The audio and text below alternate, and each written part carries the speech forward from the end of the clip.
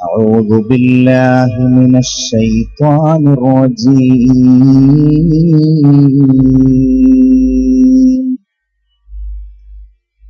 بسم الله الرحمن الرحيم.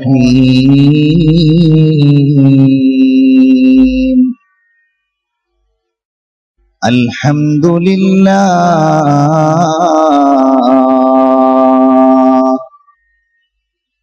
اللهم لك الحمد على نعمك العظيمة وآلائك الجسيمة.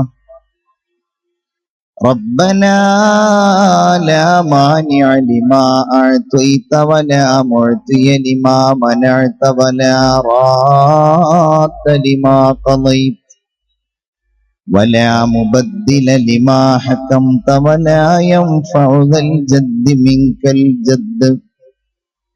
سبحانك لا علم لنا إلا ما علمتنا إنك أنت العليم الحكيم. اللهم صل على سيدنا محمد وعلى آله وأصحابه أجمعين. أعوذ بالله من الشيطان الرجيم.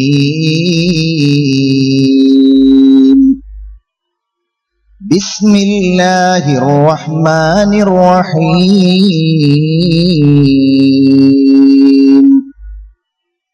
وما كان لمؤمن ولا مؤمنة إذا قضى الله ورسوله أمرا أن يكون لهم الخيرة من أمرهم ومن يعص الله ورسوله فقد ضل ضلالا مبينا. صدق الله العلي العظيم. يا من يجيب دعاء المضطر في الظلم يا كاشف الضر والبلوى من السقم. قد نام وفدك حول البيت وانتبهوا وأنت يا حي يا قيوم لم تنمي. أدعوك ربي حزينا هائما قلقا فارحم بكائي بها في البيت والحرم. إن كان جودك لا يرجوه ذو سفه فمن يجود على العاصين بالكرم. يا رب بالمصطفى بلغ مقاصدنا واغفر لنا ما مضى يا واسع الكرم.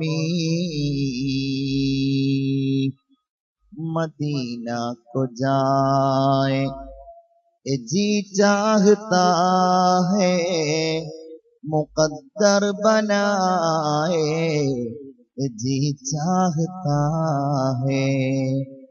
Medina के आका दो आलम के मौला मेरे पास आए जी चाहता है. मुहम्मद की बातें मुहम्मद की सीरत सुने और सुनाए जी चाहता है.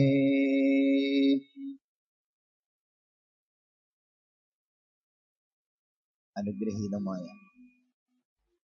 ഈ ഇൽമിന്റെയും വിജ്ഞാനത്തിന്റെയും സംഗമത്തിൽ ഒരുമിച്ച് കൂടിയ സത്യവിശ്വാസികളായ സഹോദരന്മാരെ, ഇവിടെ ആദരിക്കപ്പെട്ട മഹാപണ്ഡിതന്മാരെ, ബഹുമാനപ്പെട്ട കർമ്മോത്സുകരായ ഇതിന്റെ സംഘാടകരായ സുഹൃത്തുക്കളെ, ദീർഘകാലമായി കേട്ടും ദൂരെ നിന്നും മാത്രം കണ്ടും പരിചയമുള്ള നിങ്ങളുടെ നാട്ടിൽ നടക്കുന്ന ഈ നല്ല പരിപാടിക്ക് എല്ലാം കൊണ്ടും നേതൃത്വം നൽകുന്ന അഭിവന്ദനായ ഇബ്രാഹിം സാഹിബ് കളേറ്റിൽ അവറുകളെ, ഇവിടെ ഒരുമിച്ച് കൂടിയ വിശ്വാസികളായ സഹോദരി സഹോദരന്മാർ, ആദ്യമായിട്ട് ദുആ ചെയ്യാനുള്ളത് അല്ലാഹു തആല നമ്മയൊക്കെ ക്ഷമാശീലരിൽ ഉൾപ്പെടുത്തുമാറാകട്ടെ. ആമീൻ. ഞാൻ ആദ്യമായിട്ടായിരിക്കും ഒരു പരിപാടിക്ക് ഇത്രയധികം വൈകുന്നത് എന്ന് എന്നെ മുമ്പ് ഈ പ്രദേശത്ത് എവിടെയെങ്കിലും പരിപാടിക്ക് വിളിച്ചവരുണ്ടെങ്കിൽ അവർ അറിയാം. 2 മിനിറ്റ് ഞാൻ അതിനെക്കുറിച്ച് പറയാം. മലപ്പുറം ജില്ലയിലെ ചെറുമുക്ക് എന്ന് പറയുന്ന സ്ഥലത്ത് ഞാൻ മാസങ്ങൾക്ക് മുമ്പ് ഒരു പരിപാടി ഏറ്റിരുന്നു. ഈ ദിവസം അങ്ങനെയാണ് ഇന്ന് ഈ ദിവസത്തെ ഈ പരിപാടിക്ക് എന്നെ ക്ഷണിച്ചത്. നാസർ ഫൈസി കുറെ പറഞ്ഞു, ഞാൻ കഴിയില്ല എന്ന് പറഞ്ഞു. ബഹുമാന്യനായ ഇബ്രാഹിം മളേറ്റിൽ സാഹിബ് അതിനുവേണ്ടി നിർബന്ധിച്ചപ്പോൾ അതിനെ നിരാകരിക്കുവാൻ എന്തുകൊണ്ടോ എനിക്ക് സാധ്യമായി. അത് മറ്റൊന്നും കൊണ്ടല്ല, അദ്ദേഹം ദുബൈയിലെ ഒരു വ്യവസായ പ്രമുഖനും KMCCയുടെ ഒരു നേതാവുമൊക്കെയാണ്. അതുകൊണ്ടൊന്നുമല്ല ഞാൻ സത്യത്തിൽ ഈ പരിപാടിയെത്തി. മറിച്ച് ഈ കോഴിക്കോട് ഞാൻ പലപ്പോഴും പ്രസംഗിക്കാൻ വരുമ്പോഴൊക്കെ അവിടെ പ്രവർത്തിക്കുന്ന CH സെന്റർ, അവിടെയുള്ള രോഗികൾക്ക് വളരെ ആശ്വാസകരമായ സേവനമനുഷ്ഠിക്കുന്നതിന്റെ പലപ്പോഴുമുള്ള ഒരു അനുഭവം എനിക്കുണ്ടായതുകൊണ്ട് എന്റെ വായനയിൽ എവിടെയോ അതുമായി ബന്ധപ്പെട്ട് ബഹുമാന്യനായ ഇബ്രാഹിം സാഹിബ് പ്രവർത്തിക്കുന്നതും അതിന്റെ നേതാക്കളുമായി ബന്ധപ്പെട്ടും എനിക്ക് ചില വിവരങ്ങൾ ഉള്ളത് കൊണ്ട് അവരൊക്കെ കാണിക്കുന്ന ആ നല്ല മനസ്സിന് ഇതിൽ പങ്കെടുത്തുകൊണ്ടെങ്കിലുമുള്ള ഒരു സ്നേഹം പ്രകടിപ്പിക്കുക എന്ന ഒരു ലക്ഷ്യത്തോടും കൂടിയാണ് ഈ ഇൽമിന്റെ മജ്‌ലിസിലേക്ക് ഞാൻ എത്തിച്ചേർന്നിരിക്കുന്നത്. അള്ളാഹു ഈ സ്നേഹവും നമ്മളൊക്കെ കാണിക്കുന്ന പരസ്പരമുള്ള ആദരവും നിങ്ങൾ കാത്തിരിക്കാൻ കാണിച്ച ഈ ക്ഷമയുമൊക്കെ നാളെ ആഖിറത്തിൽ നമുക്ക് ഏറ്റവും വലിയ പ്രതിഫലം ലഭ്യമാകുന്ന സൽക്കർമ്മങ്ങളായി നമ്മിൽ നിന്ന് സ്വീകരിക്കട്ടെ. ആമീൻ യാ റബ്ബൽ ആലമീൻ. അരാജകത്വങ്ങൾക്കെതിരെ എന്നതാണ് നമ്മുടെ വിഷയം. ഇതുപോലെയുള്ള സംഗമങ്ങൾ എല്ലാ തിന്മകൾക്കും എതിരായുള്ളതാണ്. നന്മകൾ ചെയ്യാൻ നമ്മൾ ആഗ്രഹിക്കുമ്പോഴും നന്മകളുടെ മഹത്വങ്ങൾ പറയുമ്പോഴും അത് കൂടുതലായി ചെയ്യുമ്പോഴും അരുതായ്മകൾക്കെതിരെ പ്രവർത്തിക്കുവാനും ചിന്തിക്കുവാനും അതിനെ നിരാകരിക്കുവാനും അതിനെതിരെ ശബ്ദിക്കുവാനുമുള്ള ആർജവം നമുക്കുണ്ടായേ മതിയാവും. ആദരവായ അഷ്റഫുൽ ഖൽഖ് ത്വാഹ മുഹമ്മദ് മുസ്തഫ സ്വല്ലല്ലാഹു അലൈഹി വസല്ലമ തങ്ങൾ പറഞ്ഞത്, മൻ റആ മിൻകും മുൻകറൻ, നിങ്ങളിൽ നിന്നാരെങ്കിലും ഒരു തിന്മയെ കണ്ടാൽ, ഒരു അരുതായ്മയെ കണ്ടാൽ, ഒരു വേണ്ടാവൃത്തിയെ കണ്ടാൽ, അതൊരു പക്ഷേ നിങ്ങളുടെ ഭാര്യയിൽ നിന്നാകാം, നിങ്ങളുടെ മക്കളിൽ നിന്നാകാം, നിങ്ങളുടെ അയൽവാസിയിൽ നിന്നാകാം, നിങ്ങളിൽ നിന്ന് വേണ്ടപ്പെട്ട ആരിൽ നിന്നായാലും ഫല്യുഗയ്യിർഹു ബിയദിഹി, അവൻ അവന്റെ കൈ കൊണ്ടതിനെ തടയട്ടെ. അതിന് കഴിയില്ലേ, വഇല്ലം യസ്തതിഅ ഫബിലിസാനി, നാവ് കൊണ്ടതിനെ അവൻ ചെറുക്കട്ടെ, നാവ് കൊണ്ടവൻ അതിനെ പ്രതിരോധിക്കട്ടെ. അതിനും കഴിയുന്നില്ല എങ്കിൽ വഇല്ലം യസ്തതിഅ ഫബിഖൽബിഹി, അവന്റെ ഹൃദയം കൊണ്ട് ആ തിന്മയെ അവൻ വെറുക്കുകയെങ്കിലും ചെയ്യട്ടെ, ഹൃദയം കൊണ്ട് ആ തിന്മയെ അവൻ നിരാകരിക്കട്ടെ എന്ന് സയ്യിദുനാ മുഹമ്മദ് മുസ്തഫ സ്വല്ലല്ലാഹു അലൈഹി വസല്ലം പറയുകയാണ്. ഒരു മുഅ്മിനായ മനുഷ്യൻ എല്ലാ തിന്മകൾക്കും എതിരാണ്.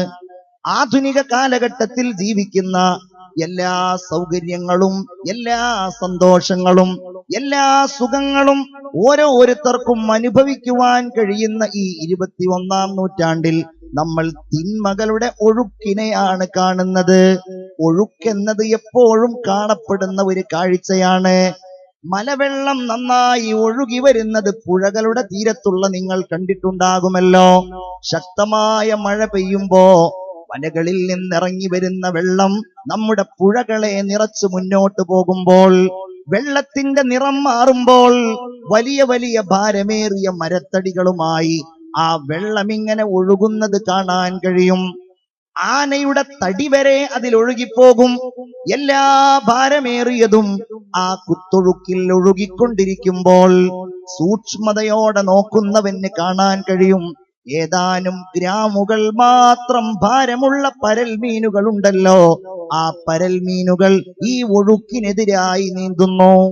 ഒഴുക്കിനെതിരായി നീന്തുന്ന ആ മത്സ്യങ്ങളെ കാണുമ്പോ ഒരേ ഒരു പ്രത്യേകതയെ അതിനുള്ളൂ, ആ പരൽ മീനുകൾക്ക് ജീവനുണ്ട്, അതിന് റൂഹുണ്ട്, അതിന് ആത്മാവുണ്ട്. ആ ആത്മാവ് കൊണ്ട് ശക്തമായ ഒഴുക്കിനെതിരെ പ്രതിരോധം സൃഷ്ടിച്ച് അവ അങ്ങോട്ട് എതിരായി നീന്തുന്നത് പോലെ നമുക്കും ഒരു ജീവനുണ്ട്. ആ ജീവൻ ഈമാനാകുന്ന ജീവനാണ്. ആ ജീവൻ അല്ലാഹു തആല നൽകുന്ന അറിവാകുന്ന ജീവനാണ്. ആ ജീവൻ കൊണ്ട്, ആ ഈമാൻ കൊണ്ട് എല്ലാ തിന്മകളുടെയും ഒഴുക്കിനെതിരായി നീന്തുവാൻ ഒരു വിശ്വാസിയായ മനുഷ്യൻ തയ്യാറായേ മതിയാകൂ. നമ്മൾ ഈ ലോകത്ത് സൃഷ്ടിക്കപ്പെട്ടത് നന്മ ചെയ്യാൻ വേണ്ടി മാത്രമാണ്, തെറ്റുകൾ ചെയ്യുവാനല്ല. തെറ്റുകളെയും അല്ലാഹു തന്നെയാണ് സൃഷ്ടിച്ചത്. അത് നമുക്കുള്ള പരീക്ഷണമായിട്ടാണ്. നന്മയുമുണ്ട് നിന്റെ മുമ്പിൽ, തിന്മയും തെറ്റുകളുമുണ്ട്, ആസ്വാദനങ്ങളും സുഖങ്ങളുമുണ്ട്. ഏതാണ് നീ അതിൽ നിന്ന് തെരഞ്ഞെടുക്കുന്നത് എന്നാണ് കരുണാവാരിധിയായ അല്ലാഹു തമ്പുരാൻ അവന്റെ പരീക്ഷണത്തിന്റെ ഭാഗമായി നിശ്ചയിച്ചിട്ടുള്ളത്. കഥകളിലൊക്കെ നമ്മൾ എപ്പോഴും വായിക്കുന്ന ഒരാളാണ് ഹാറൂൻ റഷീദ് ചക്രവർത്തി. അദ്ദേഹത്തിന്റെ കാലഘട്ടത്തിൽ വളരെ പ്രസിദ്ധനായ ഒരു സൂഫി വര്യൻ ഉണ്ടായിരുന്നു. ബഹ്ലൂൽ എന്നായിരുന്നു അദ്ദേഹത്തിന്റെ പേര്. ഹാറൂൻ റഷീദിന്റെ അടുക്കൽ വന്ന് പലപ്പോഴും സതുപദേശങ്ങൾ ചെയ്ത് അദ്ദേഹത്തെ ഇദ്ദേഹം അത്ഭുതപ്പെടുത്താറുണ്ടായിരുന്നു. ഒരിക്കൽ ഒരു വഴിയിലൂടെ ഹാറൂൻ റഷീദിന്റെ ഉപദേശകനായ ഈ സൂഫി വര്യൻ നടന്നു പോകുമ്പോ കുറച്ച് കുട്ടികൾ വഴിവക്കിൽ നിന്നുകൊണ്ട് കളിക്കുന്നത് ശ്രദ്ധയിൽപ്പെട്ടു. ഒരു കുട്ടി മാത്രം കളിയിലൊന്നും ഉൾപ്പെടാതെ ഇങ്ങ് മാറി നിൽക്കുന്നു. ഇദ്ദേഹം കരുതി, എന്തുപറ്റി ഈ കുട്ടിക്ക്? ഒന്നുകിൽ കളിക്കാൻ കൂട്ടായിട്ടായിരിക്കും, മറ്റുള്ളവർ കളിയിൽ പങ്കെടുപ്പിക്കാത്തത് കൊണ്ടായിരിക്കും.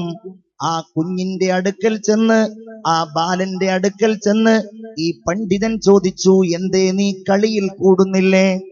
എന്താണ് നീ കളിയിൽ ഉൾപ്പെടാത്തത്? അത്ഭുതത്തോടെയാണ് ഈ കുഞ്ഞിന്റെ പ്രതികരണം ഉണ്ടായത്.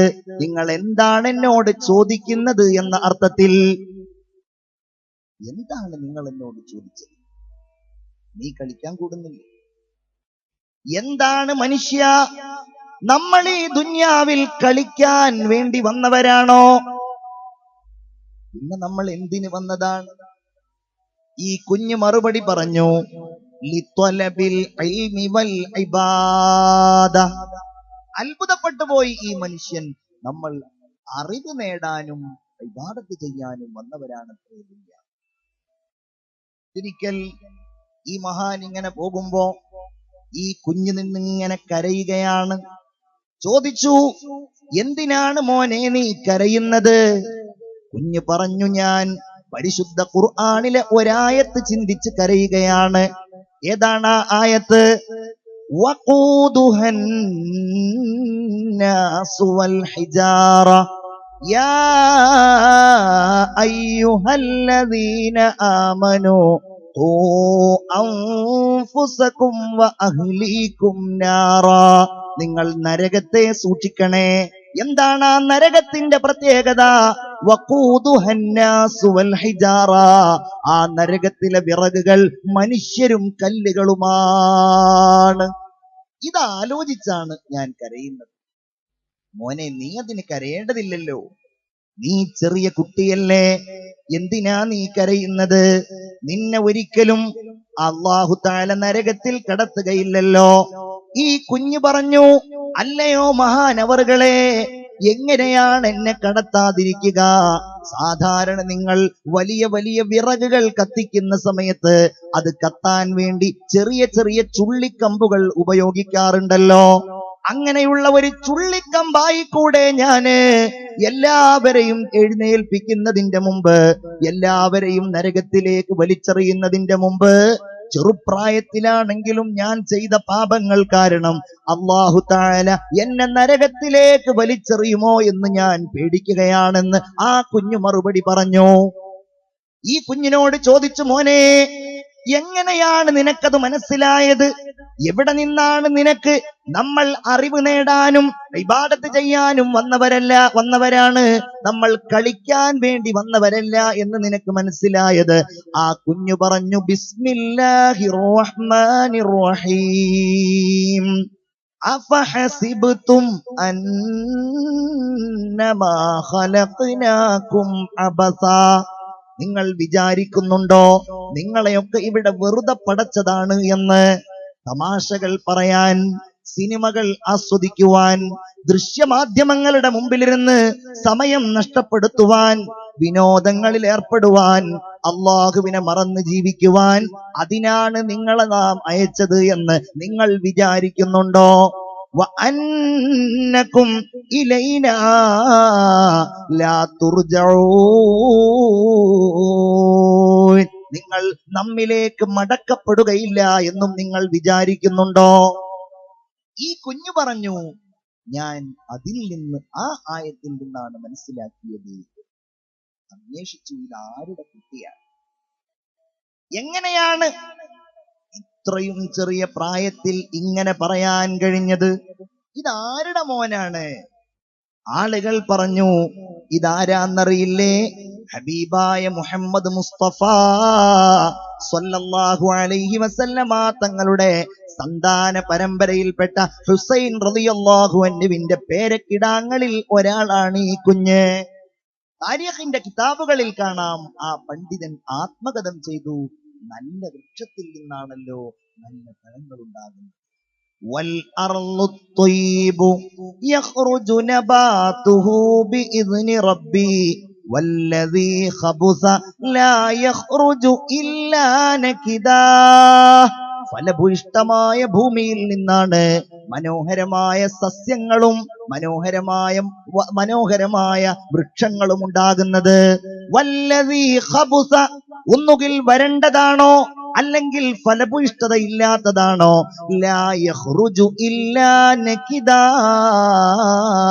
നശിച്ചുപോയ സസ്യങ്ങളല്ലാതെ, പതിരുകളായ കൃഷികളല്ലാതെ ഒന്നും ആ ഭൂമിയിൽ ഉണ്ടാവില്ല എന്ന് ഖുർആൻ. നന്മകൾ ആഗ്രഹിക്കുന്നവർ ഈ സമുദായത്തിൽ നല്ല സന്താനങ്ങളെ ഉണ്ടാക്കുവാൻ വേണ്ടി പരിശ്രമിക്കണം എന്നാണ് ആയത്തിന്റെ കാര്യം. നോക്കൂ നിങ്ങൾ, നമുക്കിടയിൽ അസാൻമാർഗിക പ്രവർത്തനങ്ങൾ വർദ്ധിച്ചു വരികയാണ്.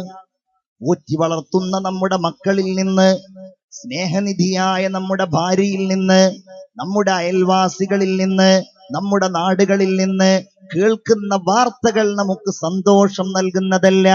ഹബീബായ റസൂലുള്ളാഹി സ്വല്ലല്ലാഹു അലൈഹി വസല്ലമ തങ്ങളുടെ ഒരു മുന്നറിയിപ്പ് ഞാൻ ഈ സദസ്സിന്റെ മുമ്പിൽ അറിയിക്കുകയാണ്.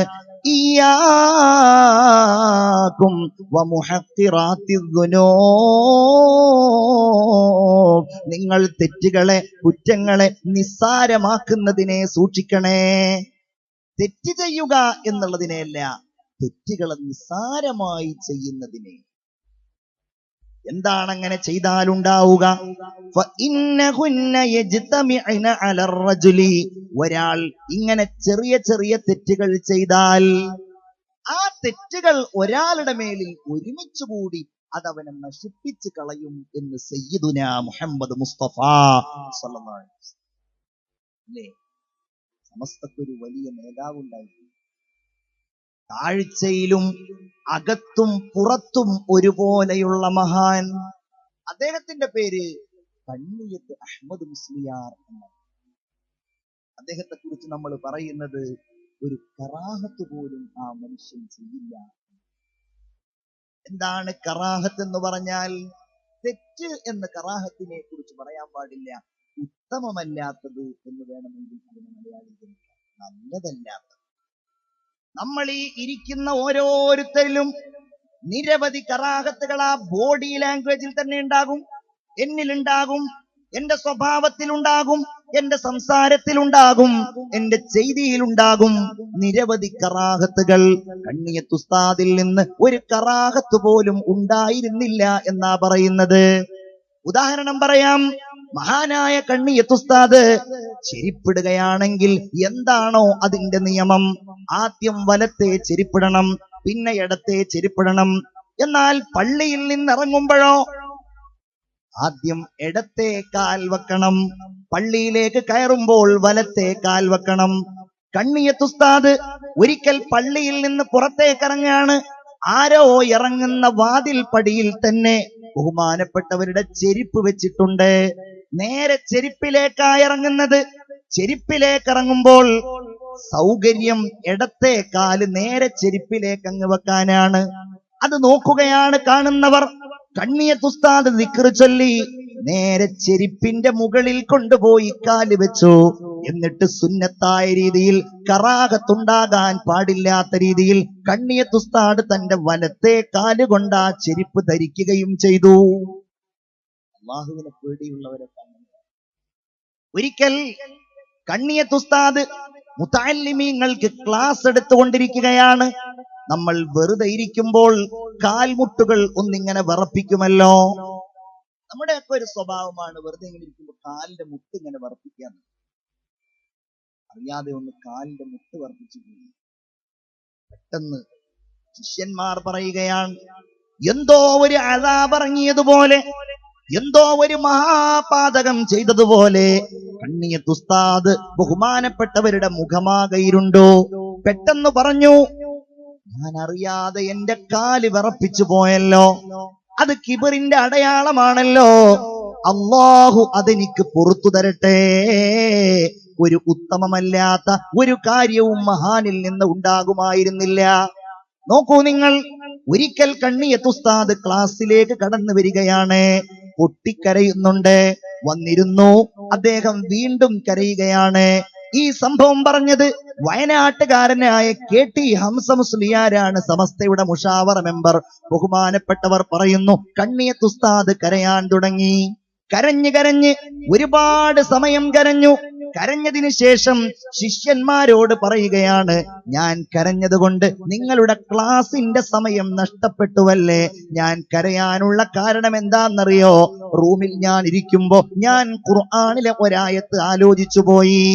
فَمَن يَعْمَلْ مِثْقَالَ ذَرَّةٍ خَيْرًا يَرَهُ وَمَن يَعْمَلْ مِثْقَالَ ذَرَّةٍ شَرًّا يَرَهُ. ഒരണുമണി തൂക്കം നന്മ ചെയ്താൽ അവനത് കാണും, ഒരു തിന്മ ചെയ്താലോ അവനത് കാണും. അല്ലാഹുവേ, ഞാൻ എത്രയെത്ര തിന്മകളാ ചെയ്തിരിക്കുന്നത്. ഇതായിരുന്നു മഹാന്മാർ. റസൂലുള്ള പറയുകയാണ്, നിങ്ങൾ തെറ്റുകളെ നിസ്സാരമാക്കുന്നതിനെ സൂക്ഷിക്കണേ. കാരണം നിങ്ങൾ അത് നിസ്സാരമായി ചെയ്ത് ചെയ്ത് ചെയ്ത് അതൊരാളുടെ മേലിൽ വന്നാൽ അതവനെ നശിപ്പിച്ച് കളയാമെന്ന് സയ്യിദുനാ മുഹമ്മദ് മുസ്തഫ ഇബ്നു മസ്ഊദ് റളിയല്ലാഹു അൻഹു പറയുന്നു, ഇന്നകും സതറൗന അഅമാല. ഇന്ന് നിങ്ങൾ ചില പ്രവർത്തനങ്ങൾ കാണുന്നുണ്ടല്ലോ, ഹിയ അദഖു മിനശ്ശഅരി, നിങ്ങൾക്കത് മുടിയേക്കാൾ നിസ്സാരമാണ്. എന്നാൽ കുന്നാ നുഇദ്ദുഹാ ഫീ അഹദി റസൂലില്ലാഹി സ്വല്ലല്ലാഹു അലൈഹി വസല്ലം മിനൽ മൂബിഖാത്ത്. ഹബീബായ റസൂലുള്ളാഹിയുടെ കാലത്ത് ഞങ്ങളത് മഹാപാതകങ്ങളായി എണ്ണിയിരുന്നു എന്ന് അബ്ദുല്ലാഹ് ഇബ്നു മസ്ഊദ് റളിയല്ലാഹു അൻഹു പറയുകയാണ്. ആധുനിക കാലഘട്ടത്തിന്റെ ഏറ്റവും വലിയ ഒരു അരാജകത്വത്തെ കുറിച്ച് ഞാൻ പറയട്ടെ. എല്ലാ നല്ലവരിൽ നിന്നും ഉണ്ടാകുന്ന ഒരു തിന്മയാണ് പലിശയുമായി ബന്ധപ്പെട്ട ഇടപാട് എന്ന് പറയുന്നത്. അല്ലാഹു തആല നമ്മയൊക്കെ കാത്തു രക്ഷിക്കുമാറാവട്ടെ. നല്ലവരിൽ നിന്നുണ്ടാകുന്ന ഒരു തിന്മ കൂടിയാണ്. ഒരുപക്ഷെ ആലിമീങ്ങളിൽ നിന്ന്, സ്വാലിഹീങ്ങളായി നമ്മൾ കാണുന്നവരിൽ നിന്ന്, നിസ്കരിക്കുന്നവനിൽ നിന്ന്, നോമ്പെടുക്കുന്നവനിൽ നിന്ന് സൂചിപ്പിക്കട്ടെ മുഅ്മിനീങ്ങളെ, ഒരുപാട് അമലുകൾ നമ്മൾ ചെയ്യാൻ താല്പര്യമുള്ളവരാണ്. എന്താണ് തഖ്വ? നമ്മൾ പറയല്ലോ തഖ്വ ഉണ്ടാവണം. എന്താണ് ഈ തഖ്വ? കുറെ നല്ല കാര്യങ്ങൾ ചെയ്യാന്നുള്ളത് മാത്രമല്ല, അള്ളാഹു എന്തൊക്കെ വിലക്കിയിട്ടുണ്ടോ അതൊക്കെ ഉപേക്ഷിക്കാന്നുള്ളതും. ഒരാള് നിസ്കരിക്കുന്നത് കണ്ട് നമ്മൾ എല്ലാ തഖ്വയുള്ള ആളാണെന്ന് വിചാരിക്കണ്ട. അതല്ലെങ്കിൽ നമ്മൾ നിസ്കരിക്കുന്നത് കൊണ്ട് അതിന്റെ ആത്മവിശ്വാസം നമുക്ക് ആവശ്യമില്ല. കാരണം എന്താണെന്നറിയോ? എന്റെ സമുദായത്തിൽ നിന്ന് അവസാനം എടുത്ത് മാറ്റപ്പെടുന്ന അമലേതാണ്? അത് നിസ്കാരമാണെന്ന് മുഹമ്മദ് മുസ്തഫ സ്വല്ലല്ലാഹു അലൈഹി വസല്ലം. അള്ളാഹു നമ്മെ കാത്തുരക്ഷിക്കുമാറാവട്ടെ. നിസ്കരിക്കുന്നു, പലിശ വാങ്ങുന്നു, നിസ്കരിക്കുന്നു, പലിശ കൊടുക്കുന്നു. എന്തേ നമ്മുടെ സമുദായം അതിന്റെ ഗൗരവം അറിയുന്നില്ല? എന്തേ അതിനെക്കുറിച്ച് ആലോചിക്കുന്നില്ല? എല്ലാവരും കടക്കാരായി മാറി. ഒരു കാലത്ത് കടമുള്ളവർ നമുക്കിടയിൽ ഉണ്ടായിരുന്നു. എത്രയാ കടം? 5 രൂപ, 10 രൂപ, 500 രൂപ, 1000 രൂപ. എന്നാൽ ഇന്നങ്ങനെയല്ല, 10,000 കടമാണ്. 18 വയസ്സുള്ള ചെറുപ്പക്കാരൻ ബൈക്ക് ആക്സിഡന്റിൽ മരിച്ചു. അവന്റെ മാതാപിതാക്കൾ അവനെ കുറിച്ച് പറയുന്നത് അവന് ഇത്ര കടമുണ്ട് എന്നതാണ്. എങ്ങനെയാണ് 18കാരൻ കടക്കാരനാകുന്നത്? അതും എങ്ങനെയുള്ള കടം നിങ്ങൾ ചിന്തിക്കൂ. അവൻ ബൈക്ക് എടുത്തിരിക്കുകയാണ്. ഞാൻ ഈ അടുത്ത് 16, 14, 15, 16 വയസ്സുള്ള ഒരു കുട്ടിയെ കണ്ടു. എനിക്ക് പരിചയമുള്ള ഒരാളുടെ മകനാണ്. എന്റെ കൂടെയുള്ള ആളെന്നോട് ചോദിച്ചു, ആ ബൈക്കിന്റെ വില എത്രയാണെന്ന് ഉസ്താദിനറിയാമോ? ഞാൻ വില പറഞ്ഞപ്പോൾ അതല്ല, എത്രയോ 1-2 ലക്ഷം രൂപ വിലയുണ്ട്. ഒരു മൃഗത്തെ പോലെയൊക്കെ തോന്നിക്കുന്ന ഒരു ബൈക്ക്. 16, 15 വയസ്സുള്ള അവൻ അതിലിങ്ങനെ ഓടുകയാണ്. ഞാൻ കരുതി, അവനോട് ചോദിച്ചപ്പോ പറഞ്ഞു, അത് SSLCയിൽ ജയിച്ചതിന് വേണ്ടി അവന്റെ പിതാവ് സമ്മാനമായി കൊടുത്തതാണ്. പിന്നെ എന്നോട് പറഞ്ഞു, എന്നാൽ അതിന്റെ മുഴുവൻ പൈസ കൊടുത്തിട്ടില്ല, ആ പൈസ ഇങ്ങനെ അടച്ചുകൊണ്ടിരിക്കുകയാണ്. അഥവാ പലിശ കൊണ്ട് വാങ്ങിയ ഒരു സമ്മാനമാണ് മകന് നൽകിയിരിക്കുന്നത്. ഇത് പറയുമ്പോൾ സ്വാഭാവികമായും നമുക്കൊക്കെ വേദനയുണ്ടാകും. എന്താ ചെയ്യുക? എന്താ നമ്മൾ കാണിക്കുക? പലിശ ഇത്രമേൽ നിസ്സാരമായതാണോ? അല്ലല്ലോ. ഖുർആൻ വ്യക്തമായി പറഞ്ഞതല്ലേ, വഹറമ റിബാ. അല്ലാഹു തആല പലിശയെ നിഷിദ്ധമാക്കി. പലിശ കൊണ്ട് അല്ലാഹു ഈ ദുനിയാവിൽ ഒരു നേട്ടവും നിങ്ങൾക്ക് നൽകില്ല. യംഹഖുല്ലാഹു റിബാ. പലിശ കൊണ്ടുണ്ടായ എല്ലാ നേട്ടങ്ങളെയും അല്ലാഹു മായ്ച്ചു കളയുമെന്ന് പറഞ്ഞാൽ, ഒരു പക്ഷേ വലിയ കെട്ടിടമുണ്ടായിട്ടുണ്ടാകും, വലിയ കച്ചവടമുണ്ടായിട്ടുണ്ടാകും, പക്ഷേ മനസ്സിന് സമാധാനമില്ല. അതുകൊണ്ടൊരു നേട്ടവും നേടിയതായി അവന് തോന്നില്ല. ജീവിതത്തിൽ ഒരു പക്ഷേ ബാഹ്യമായ ആർഭാടങ്ങളും ബാഹ്യമായ ആനന്ദവും ഉണ്ടെങ്കിലും അവന് സമാധാനമോ സന്തോഷമോ ഉണ്ടാവില്ല. അല്ലാഹുവിന്റെ റസൂൽ സ്വല്ലല്ലാഹു അലൈഹി വസല്ലമ തങ്ങൾ ഒരു ഖുദ്സിയായ ഹദീസിലൂടെ നമ്മോട് പറഞ്ഞില്ലേ, ഇബ്ന ആദം, അല്ലയോ മനുഷ്യ, തഫറഗ ലി ഇബാദത്തി, എനിക്കുള്ള ഇബാദത്തിന് നീ മനസ്സ് ഒഴിവാക്കുമോ? നിന്റെ കൽബിൽ ഓരോ കാര്യങ്ങളിലും എനിക്കുള്ള ആരാധനയാകുമോ? ഉദാഹരണമായിട്ട്, നീ ഉറങ്ങാൻ പോവാണ്.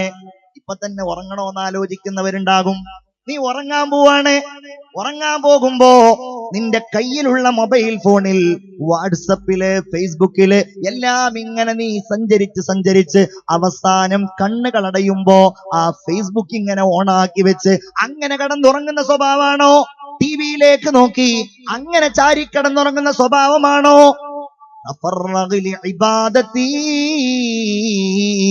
എന്റെ ഇബാദത്തിന് വേണ്ടി നീ നിന്റെ മനസ്സൊന്ന് ഒരുക്കുമോ? അല്ലാഹു ചോദിക്കുകയാണ്. നീ ഉറങ്ങാൻ പോവാണ്, വുളൂ ചെയ്യാൻ. നീ ഉറങ്ങാൻ പോവാണ്, ദിക്റുകൾ ചൊല്ലുകയാണ്. സുബ്ഹാനല്ലാഹ് 33, അൽഹംദുലില്ലാഹ് 33, അല്ലാഹു അക്ബർ 33, ലാ ഇലാഹ ഇല്ലല്ലാഹ് കൊണ്ടത് പൂർത്തിയാക്കി ഇഖ്ലാസും മുഅവ്വദതൈനിയും ഒക്കെ ഓതി കയ്യിലേക്ക് ഊതി റസൂലുള്ള ചെയ്തതുപോലെ ശരീരം മുഴുവൻ തടവി ബിസ്മിക റബ്ബി വളഅതു ജംബി വബിക അർഫഉഹു ഇൻ അംസക്ത നഫ്സി ഫർഹമ.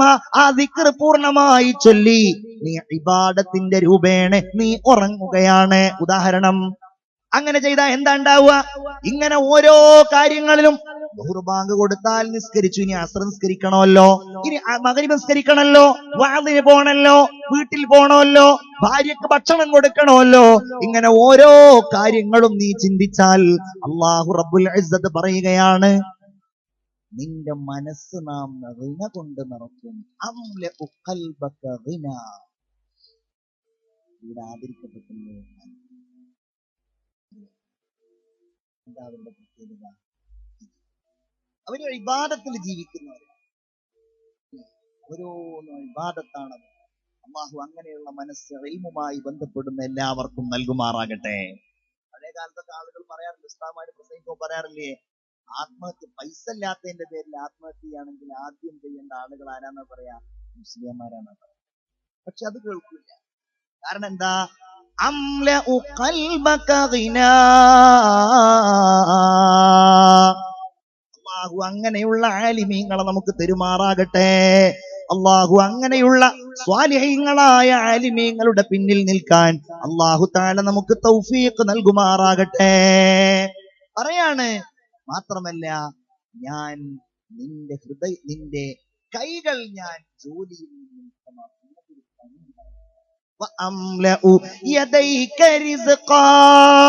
നിനക്ക് എന്താണോ വേണ്ടത് അത് ഞാൻ നിനക്ക് തരും. നിന്റെ മക്കളെ ഞാൻ കെട്ടിക്കും, നിനക്ക് വേണ്ടി ഞാൻ വെച്ചു തരും, നിനക്ക് ഞാൻ നല്ല ആരോഗ്യം തരും, നിനക്ക് ചികിത്സിക്കാൻ ഞാൻ പണം തരും. അല്ലേ? നിനക്ക് ശമ്പളം എത്രയേ ഉള്ളൂ? 5000 ഉള്ളൂ. നിനക്ക്, നീ ഒരു കടയിൽ നിൽക്കുന്ന ഒരു സാധാരണ തൊഴിലാളിയാണ്, ദിവസക്കൂലിക്ക് 500-400 ദിവസക്കൂലിക്ക് നിൽക്കുന്ന ചെറുപ്പക്കാരനാണ്. പക്ഷേ നിന്റെ മനസ്സിൽ ഇബാദത്തുണ്ടോ?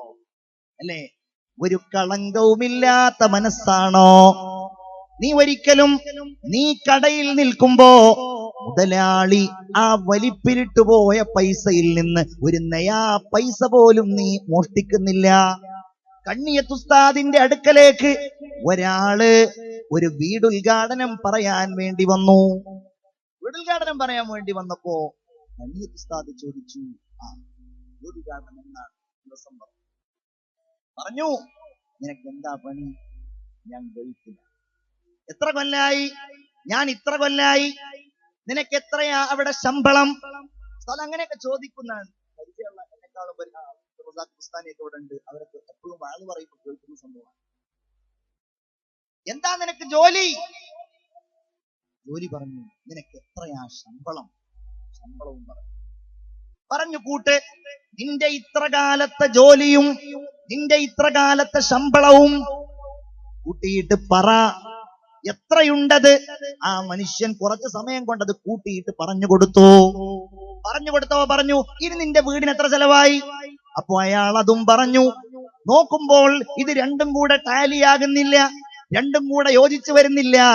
ഉസ്താദ് അയാളുടെ മുഖത്ത് നോക്കി ചോദിച്ചു, നീ പണം മോഷ്ടിച്ചിട്ടുണ്ടോ?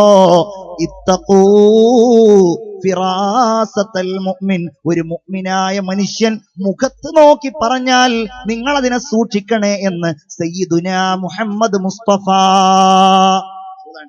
ഞാനൊന്നും മിണ്ടിയില്ല. ഉസ്താദ് പറഞ്ഞു, എന്റെ വീട്ടിൽ ഗ്രാമത്തിൽ എനിക്ക് വരാൻ കഴിയില്ല. ഉസ്താദിന്റെ ഭാഷ അതാണ്.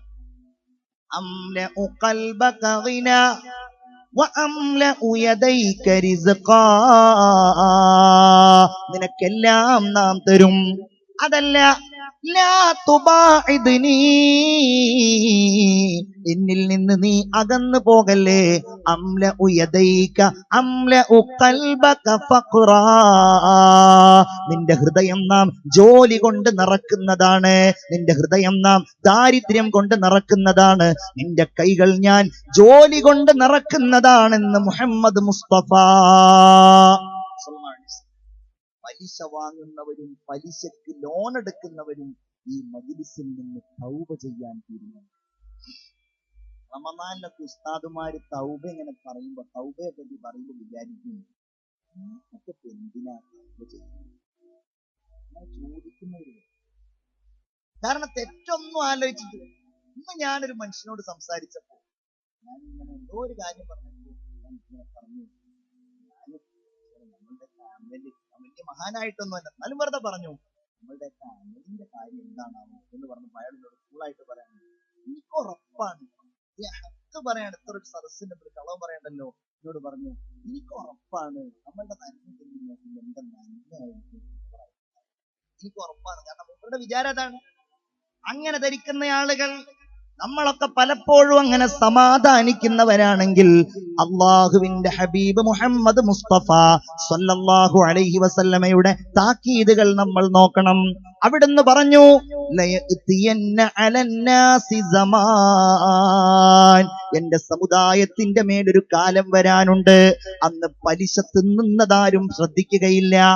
അന്ന് പലിശ തിന്നുക എന്ന് പറഞ്ഞാൽ പലിശ കൊണ്ടുണ്ടായ ധനം തിന്നുക, പലിശ പണം കൊണ്ടുണ്ടായ കല്യാണ ചോറ് തിന്നുക, അതുകൊണ്ട് ആസ്വദിക്കുക, അതാരും പ്രശ്നമാക്കുകയില്ല. ഇനി ഒരാൾ തീരുമാനിക്കുകയാണ്, ഞാൻ പലിശയുമായി തീരെ ഇടപെടില്ല. അങ്ങനെ അയാൾ തീരുമാനിച്ചാലും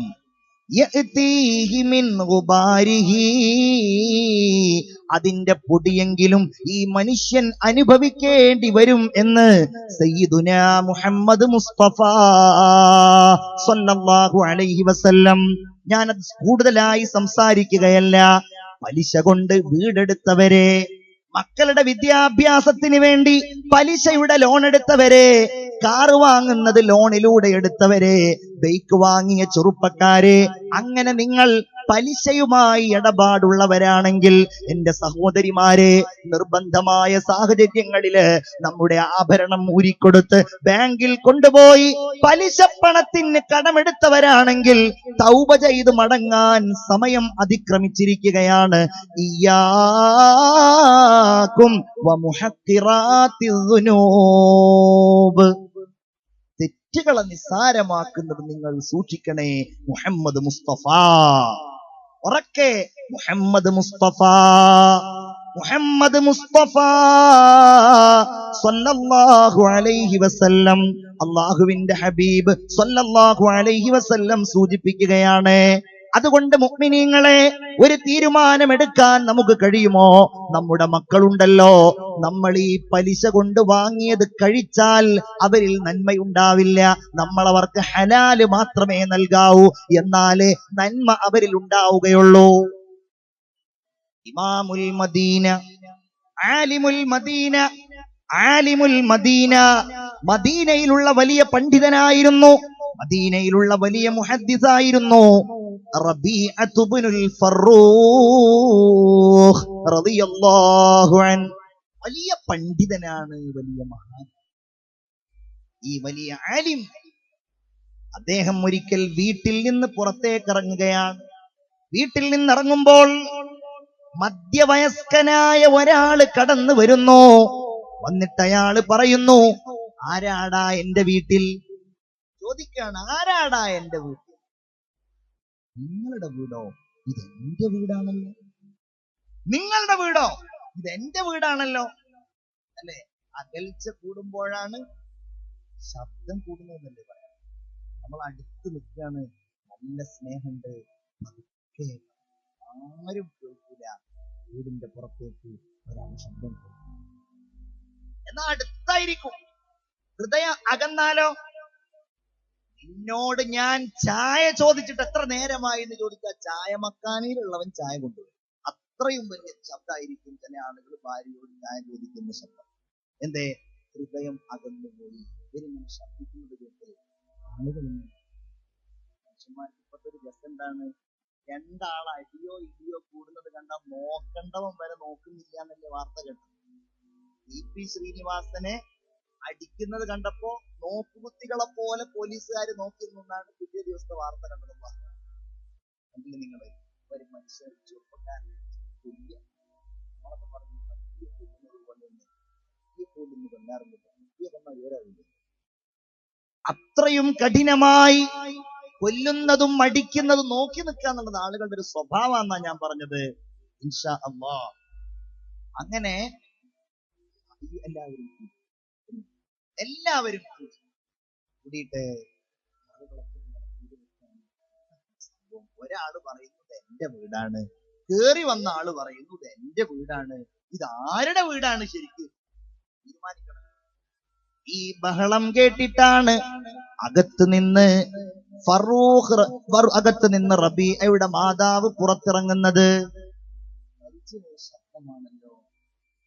മോനെ, ഇത് നിന്റെ പിതാവായ ഫറൂഖാണ്.